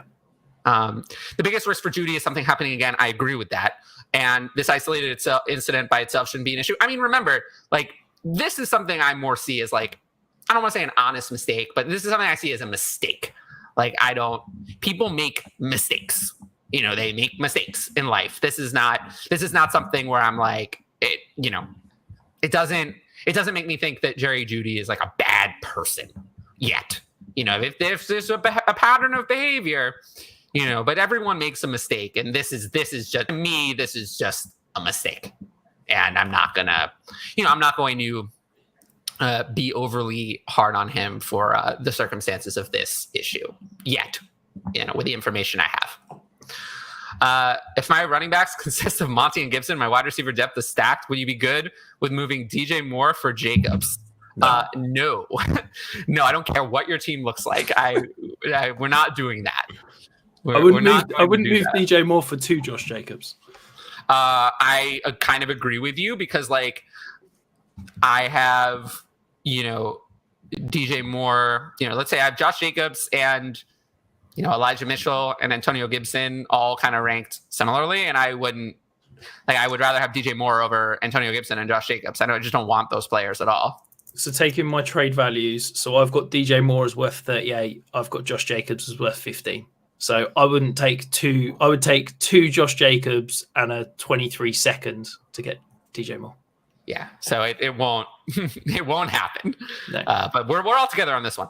DK and Burks for Dalvin Cook and Pittman. This is another easy one, right? I think DK and Burks. Yeah, easy. Yeah, I'd rather have Burks over Pittman, and I'd rather have DK over Cook. Exactly. I do like Pittman. I like Pittman. I have Burks and Pittman in the same value tier, but I have Burks slightly ahead. Exactly that. I've got them back to back in rankings, but Burks ahead. Actually, so do I. Where do you have them? I've got Burks at wide receiver 25, Pittman at 26. Okay, I have them a lot higher than you, but I also have them back to back. I have Burks at 18 and Pittman at 19. Ooh, wow, that's pretty high on Pittman. Yeah. Why shouldn't I be? I know you're on Pittman though. Well, I mean, there's no reason not to be.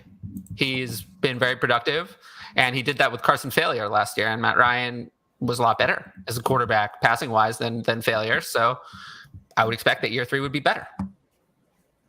Yeah, he was good. I mean, Pittman was what last year? I mean, I think he finished as like wide receiver 19 or 20. I mean, he had like 1,100 yards. That's a year 2. I mean, for a year 2, that's pretty good. You would expect then if that's a very successful year 2, you would usually expect year 3 to be even better. For a young ascending player who had 2nd round draft capital is pretty good. So I just don't. It's hard for me to see a reason not to be in on him. They didn't bring in an alpha to compete with him. They drafted complementary pieces, and they clearly see him as their guy. Is everyone else out on Fields? I'm starting to get worried considering trading Fields and 23 first for Chase. So that I would do. Regardless. But in a heartbeat. But what about how are we feeling on Fields? I think, look, I still believe in Fields the prospect. My concern is that the way the Bears have acted this offseason, they have the new regime have basically shown that they have no loyalty to Fields. They're not building this team around Fields. They're rebuilding this team with a view of saying, if Fields is the franchise quarterback, great, then we've got a franchise quarterback. But we're building this team with a view that we need to go and get a franchise quarterback because they're not putting any pieces around him. They're not doing anything. They basically have cleared everything out this year with the view of starting again next year. I think they've got 130 million in cap space next year. They lead the league in cap space. Yeah, they've got all their picks. The Falcons are at the top of the list. Yeah, and they're basically in that situation similar as the Falcons, where I think they're saying this is a lost year. We're starting again from 2023.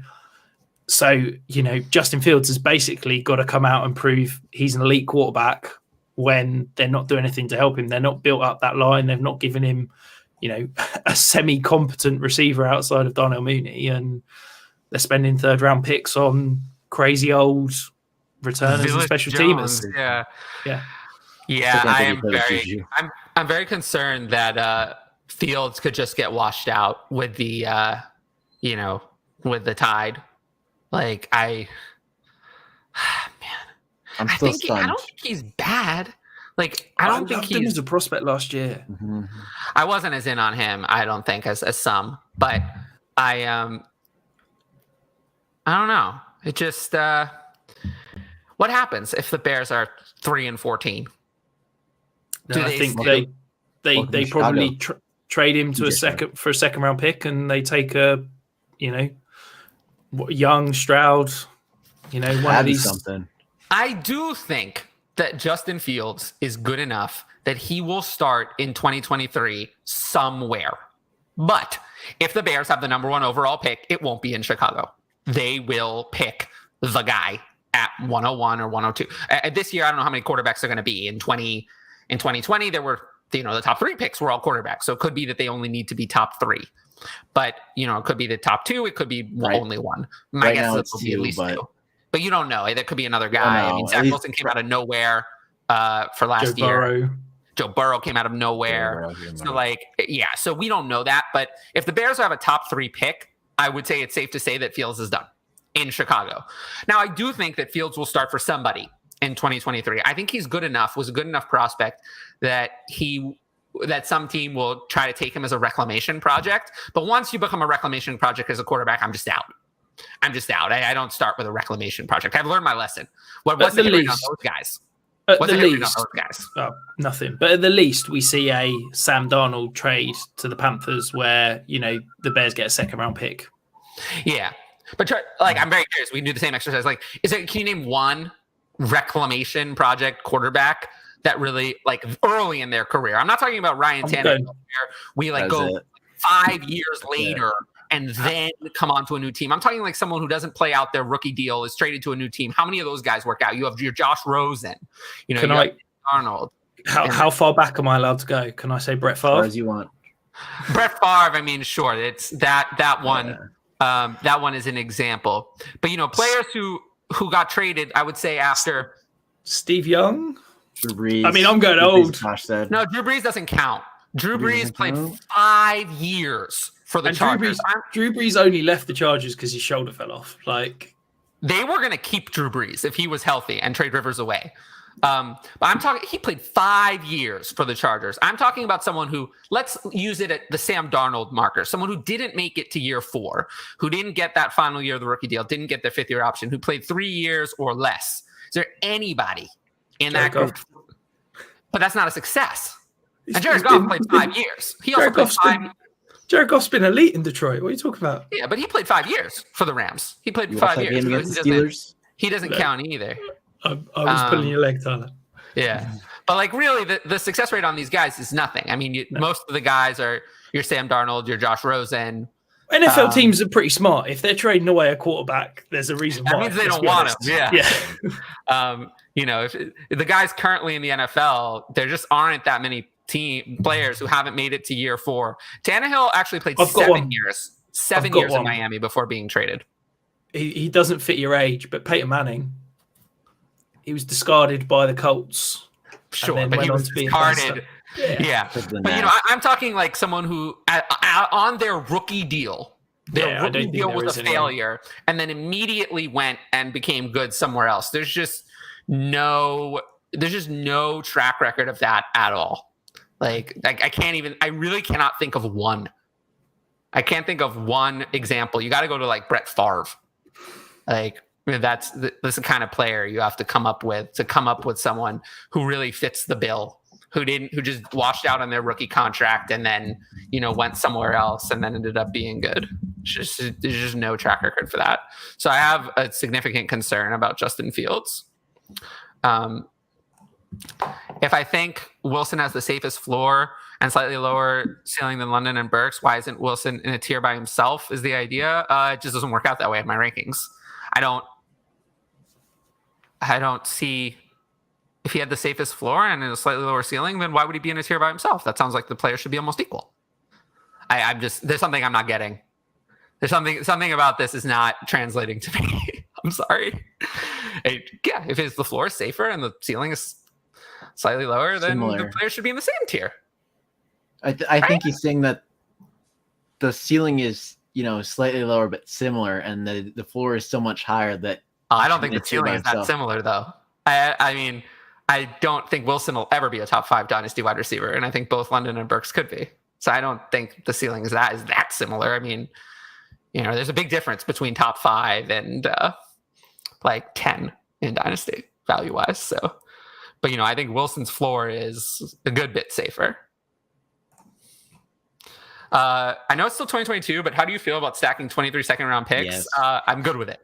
Thumbs up. Yes. I think this is the smart play because I think that 2023 first are like gold dust. Yeah. Nobody is moving 2023 first, but I think people haven't kind of clocked on to actually just how many quarterbacks are going to go in those Superflex leagues and therefore how many great players are going to push into second round. I mean, can you imagine next year if we get to this point and Jordan Addison is a second round pick? Oh my goodness. It's a possibility. That's a realistic outcome. Yeah, if you've got 4 or 5 quarterbacks, you've got those 3 running backs, it's going to be amazing.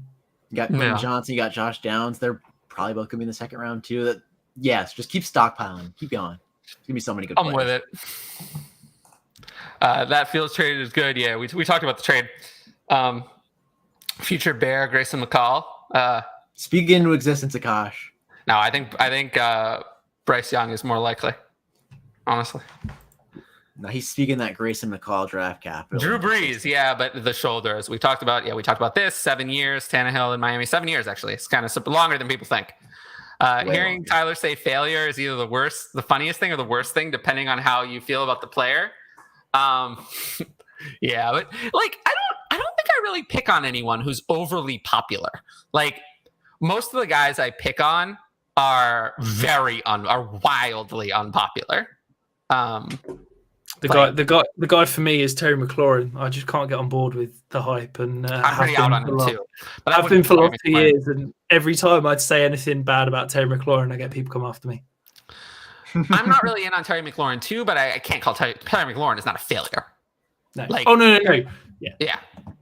It's more me criticizing Terry McLaurin tends to get me more abuse than anything else.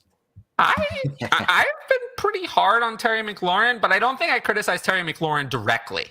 I think I criticize Terry McLaurin's situation and age more than Terry McLaurin's talents. I more have value issues with Terry McLaurin than I have and that's been my issue. I've got 2 threads on Twitter about 12 months ago I couldn't get on board with Terry McLaurin being a top 12 dynasty receiver, even though he'd never finished in the top 20. And I did a similar thread. I had him there and regretted it, and I have him at 24 now. Yeah, I'm at 29. So okay, so you're even lower. He's old. He's never been Yeah, elite. too. Like I know. I love I'm the with player. you. I love the player from an NFL perspective. From a fantasy perspective, it's just not there.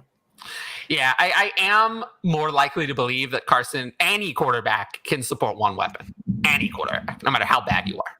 Any quarterback can do it.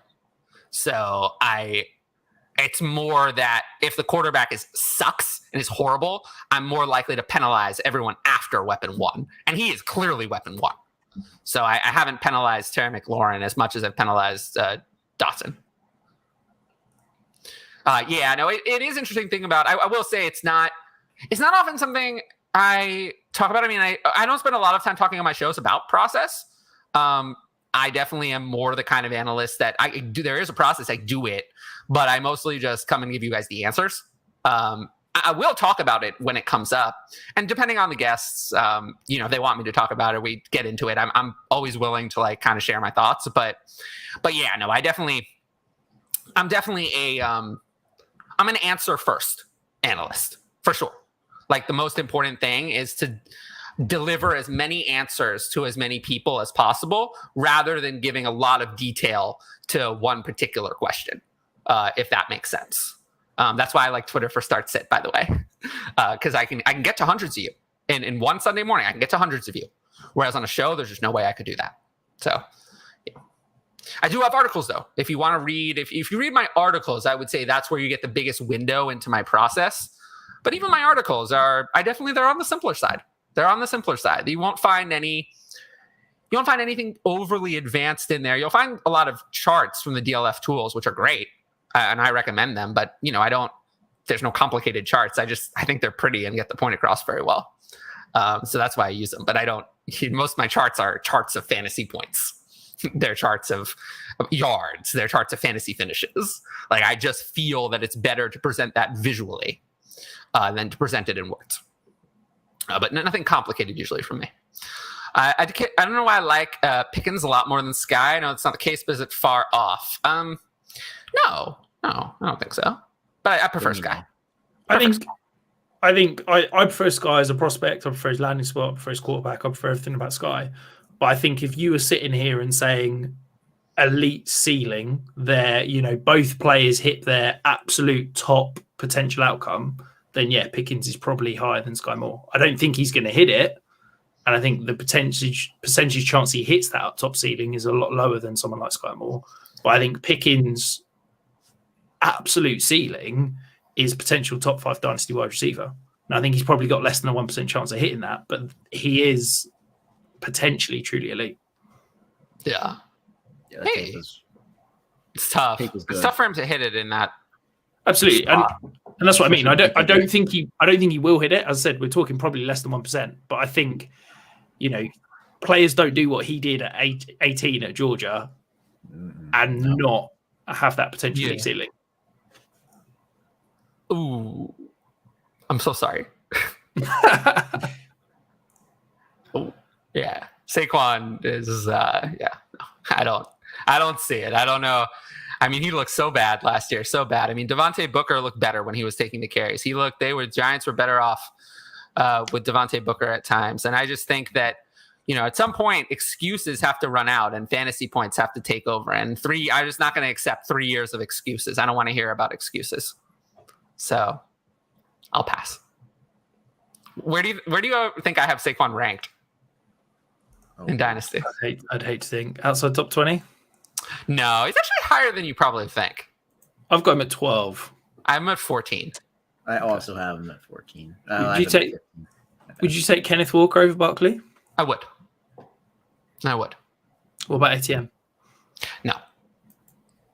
No, that track record of injured first year is just zero. So, until he shows me that he's good, I don't want to do that.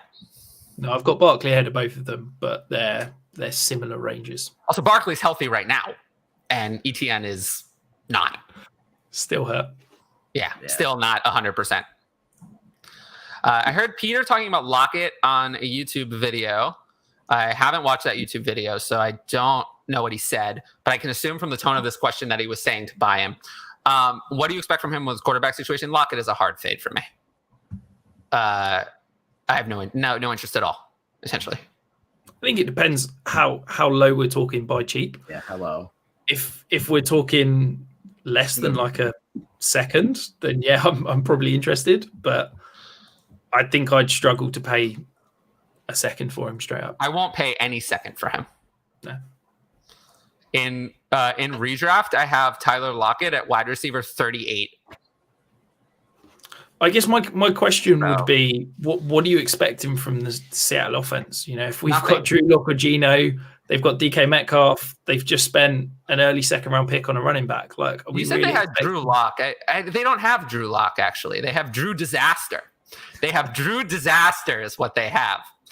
So they have Drew Disaster. That's actually what they have. So that actually is much worse. So we have to consider that when you're thinking about Lockett, because disaster will occur. Yeah, trades for Tyler Lockett are nobody's trading for Tyler Lockett. He's irrelevant. I'm looking through the DLF trade finder right now. I really don't like Tyler Lockett, but I guess I've also never liked Tyler Lockett. To be fair, I don't think I've ever really liked Tyler Lockett much. Has anyone ever liked in here? What about multiple thirds? Multiple thirds you give up for Tyler Lockett? Yeah, there's a couple in here. It depends how many multiples you're talking. Multiple, but yeah, I'd pay two. I'd pay two for him. Yeah. Okay. Thanks for sticking with us for 2.5 hours. We love it. And also, if you're here, please like the video, leave a comment, subscribe. I have not asked for it yet since we've come on the show. I managed to get it in my 60-second videos, but we're 2.5 hours in and I haven't talked about it. So yeah, please do that. It really helps the channel, helps the algorithm. I have noticed over the last month that there have been way more viewers on all of these shows. I suspect that means that YouTube, because of the added subscribers, added likes, and added especially comments, comments and subscribe is like the most important. Like is helpful, but commenting and subscribing are the big ones that the algorithm seems to love. I've noticed over the last 2 months that the views on all the videos have been way up. So I appreciate everyone who's liked, commented, and subscribed on everything. And, I just keep doing that. We need to get to 1,000 subscribers to hit the the monetization threshold. So I just appreciate everyone's support. I think we're at 608 on that. So we need 392 more. So just appreciate everyone for helping out with that. Process discussion show. I'm down if y'all are. Yeah, so that's something we could definitely do, and I would be down to do that for one of these shows. The summer is very quiet. There's going to be large portions of time where we don't have a lot to talk about, and I'm down to discuss that whenever you want. Yeah, but that would have to be an off-season show, but we're coming into a good part of the year for that, like June or July. Absolutely. Ryan, would you draft Malik Willis at all if you have Tannehill? I mean, I drafted Malik Willis in trade X8. I had a bunch of picks in that area, but I think I took him at 212. I have him ranked in Superflex at 23, so 211. Whether I have Tannehill or not has no impact on my decision, though. I think if you're drafting him, you need to draft him with the opinion that he's probably going to sit for 2 years. Now, there's a chance he might start next year, but I think there's a higher chance that he does not start until 2024. And if you're spending a second round late, even if it's a late second, that's a risk. I drafted Jordan Love at 209 in the Trade Addicts 8 rookie 2020 draft. Then last summer, a week before Aaron Rodgers decided, there was that moment where Aaron Rodgers retired. It looked like he was going to retire. I was able to sell Jordan Love for a 2023 first that I still had. Right, it's outrageous, but I worked really hard over those 2 weeks to get Jordan Love off of my team. Now I have a 23 first, which is worth it. So for that reason alone, and with my confidence in my ability to do it, I'm fine drafting Malik Willis because you never know when the window's going to come.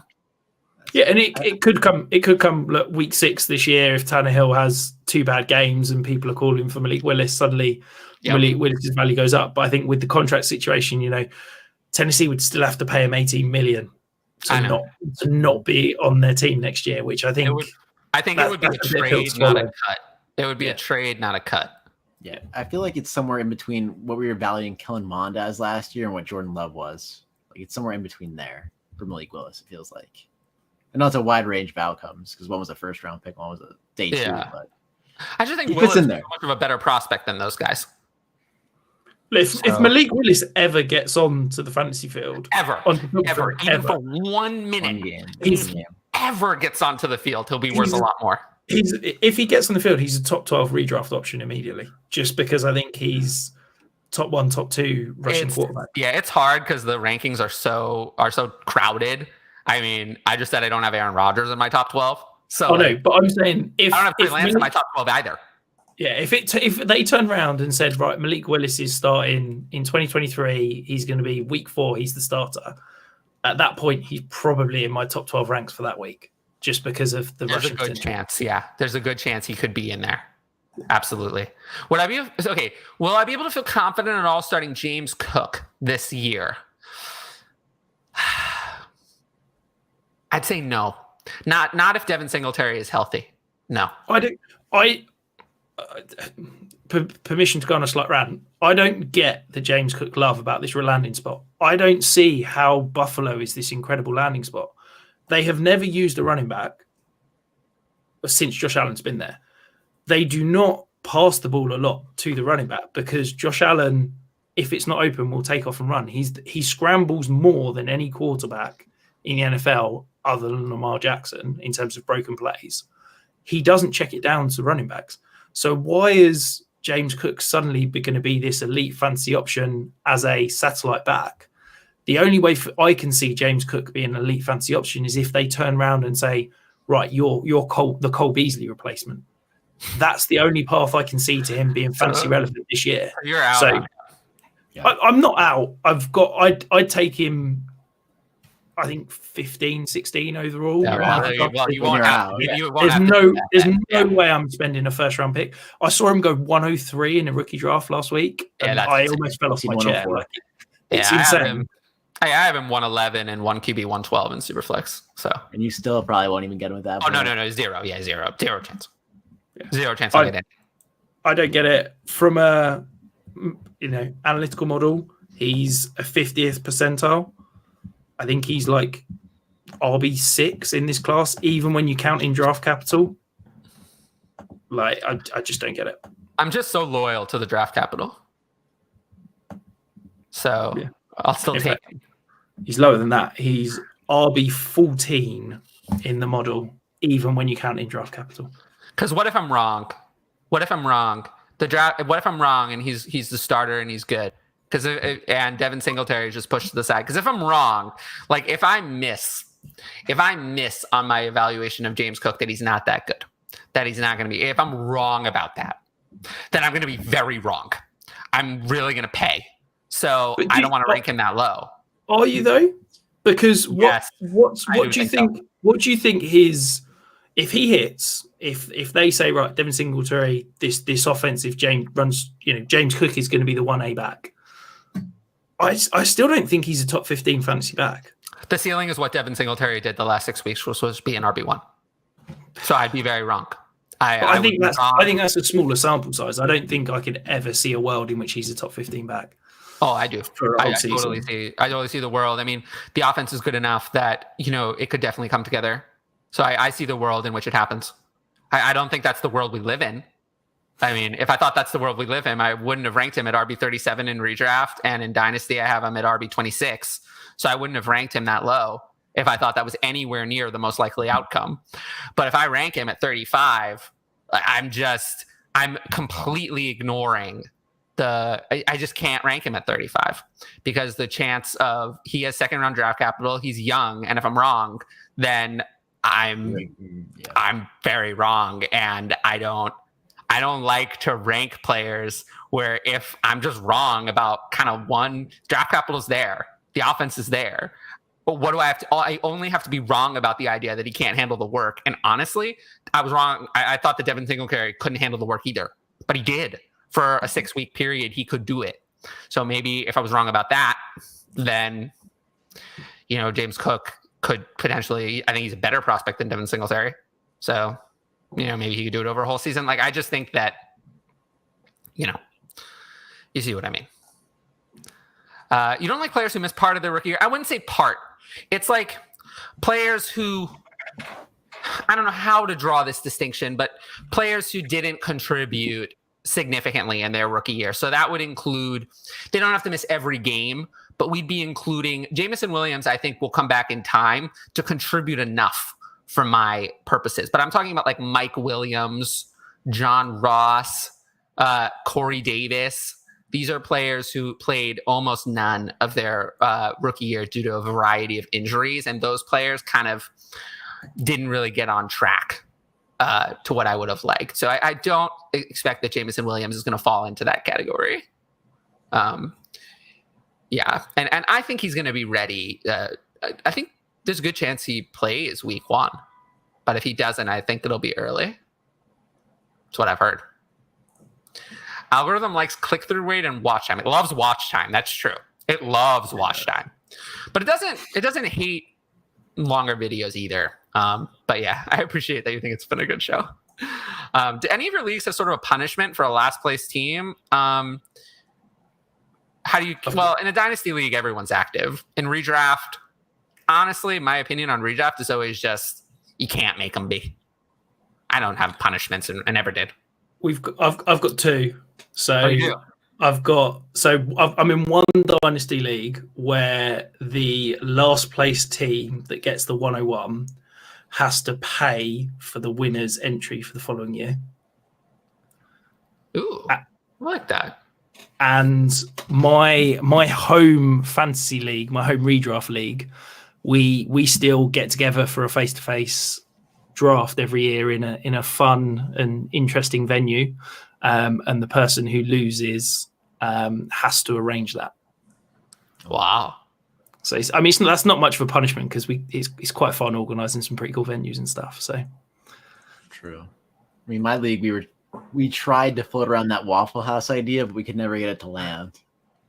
Oh, so I've seen some horrific ones though. I've seen have to get a tattoo challenge that someone does. I know that. Did you see the one where they had the golf event? That was I did. At the I forgot what he was. I forgot his score, but he had to golf a PGA Tour kind of event because he finished last, and he didn't do very well. I've seen a league where someone had to get a tattoo of the league winner's choice. Oh, that's terrible. Yeah, I mean that's potentially life altering, isn't it? Yeah. I got him at 201. James Cook. Oh, I'm fine with James Cook at 201. Yeah. That's good. Even I don't like that. Yeah. No, have a good day too. We Akash is gonna be on SDLF, by the way. My other show on May 31st. So 2 weeks from tomorrow. So yeah, that's a little teaser for you guys. There's a distinction between missed games and didn't play snaps because he's bad. Yeah. Didn't play snaps because he's bad is even worse. That's Terrace Marshall. That's Terrace Marshall. It's mostly Terrace Marshall. A little bit Rondale Moore. Terrace Marshall is the big example of didn't play snaps because he's bad recently. BJ says a trade was just accepted, 1 QB. DK Sanders and 23 first for Swift and Komet, not fair. I would say it's not fair. That doesn't seem fair to me. No, I would much rather that feels a hell of a lot to pay out for Swift. Yeah, I'm not paying that for Swift.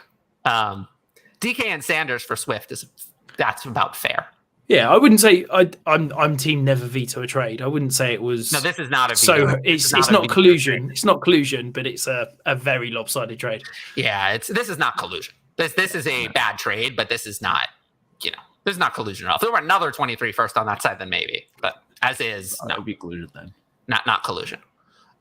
So we're Dynasty, and that's what we're shooting for this year. And if you love it, this probably is. I would say this is probably a Dynasty first show for the entire year outside of the season. And even in the season, it's like 50-50. And then a little bit, we're going to do some redraft stuff. But yeah, pretty much January through May is almost all Dynasty. Because just not much redraft going on at that point, especially before the NFL draft. I don't even look at a redraft rank. I don't even try. Because the NFL draft changes everything. But I did do my redraft ranks, and you'll start to hear me drop like, I have this guy ranked here, I have this guy ranked here. And then, on the 31st, I'm shooting for doing our first redraft related show. And we'll take, because remember, we're doing the show on Tuesday that week. But anyway, that's all the questions. We didn't get to any of the show sheet. And honestly, I think that's okay. That's okay. There was nothing on there that was like important, right? No, it was good. The only thing to remember when it comes to rookie sleepers is that day 3 wide receivers don't matter. So just draft loads of running backs. That's true. But yeah, other than that, main things that I want to share with you guys are just remember, I've done a lot of short videos. I think those have been really well received. So I'm going to keep doing those.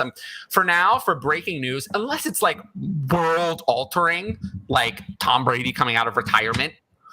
For breaking news, I'm going to stick to that short 60-second format to get that just out there pretty quickly, 60-second take. And I'll do some extra solo streams if it's like earth-shattering, like Devontae Adams being traded, Tyreek Hill being traded. But, for just your regular Bryan Edwards trade, some of the Jarvis Landry signing, like I think 60 seconds is good. So I'll have those as like a new regular content piece on the channel. So just make sure to like and comment on those. If you made it to the end of this, just leave a comment, subscribe to the channel. And my Twitter is back. So feel free to @ me at TylerFF Creator. You'll see my normal responses. And you guys have anything else you want to plug? No. If people enjoyed, I guess, my content, I've got my own Patreon, Dynasty Islands, or you can read all my work on DLF. Ryan. They know where to find me. That's true. I'm here all the time. Thank you, Rich, for coming on for 3 hours almost. Yeah, I'm going to bed now. It's 11 o'clock now, so yeah, I'm going to bed. Oh wow! But yeah, it's not even 6 my time.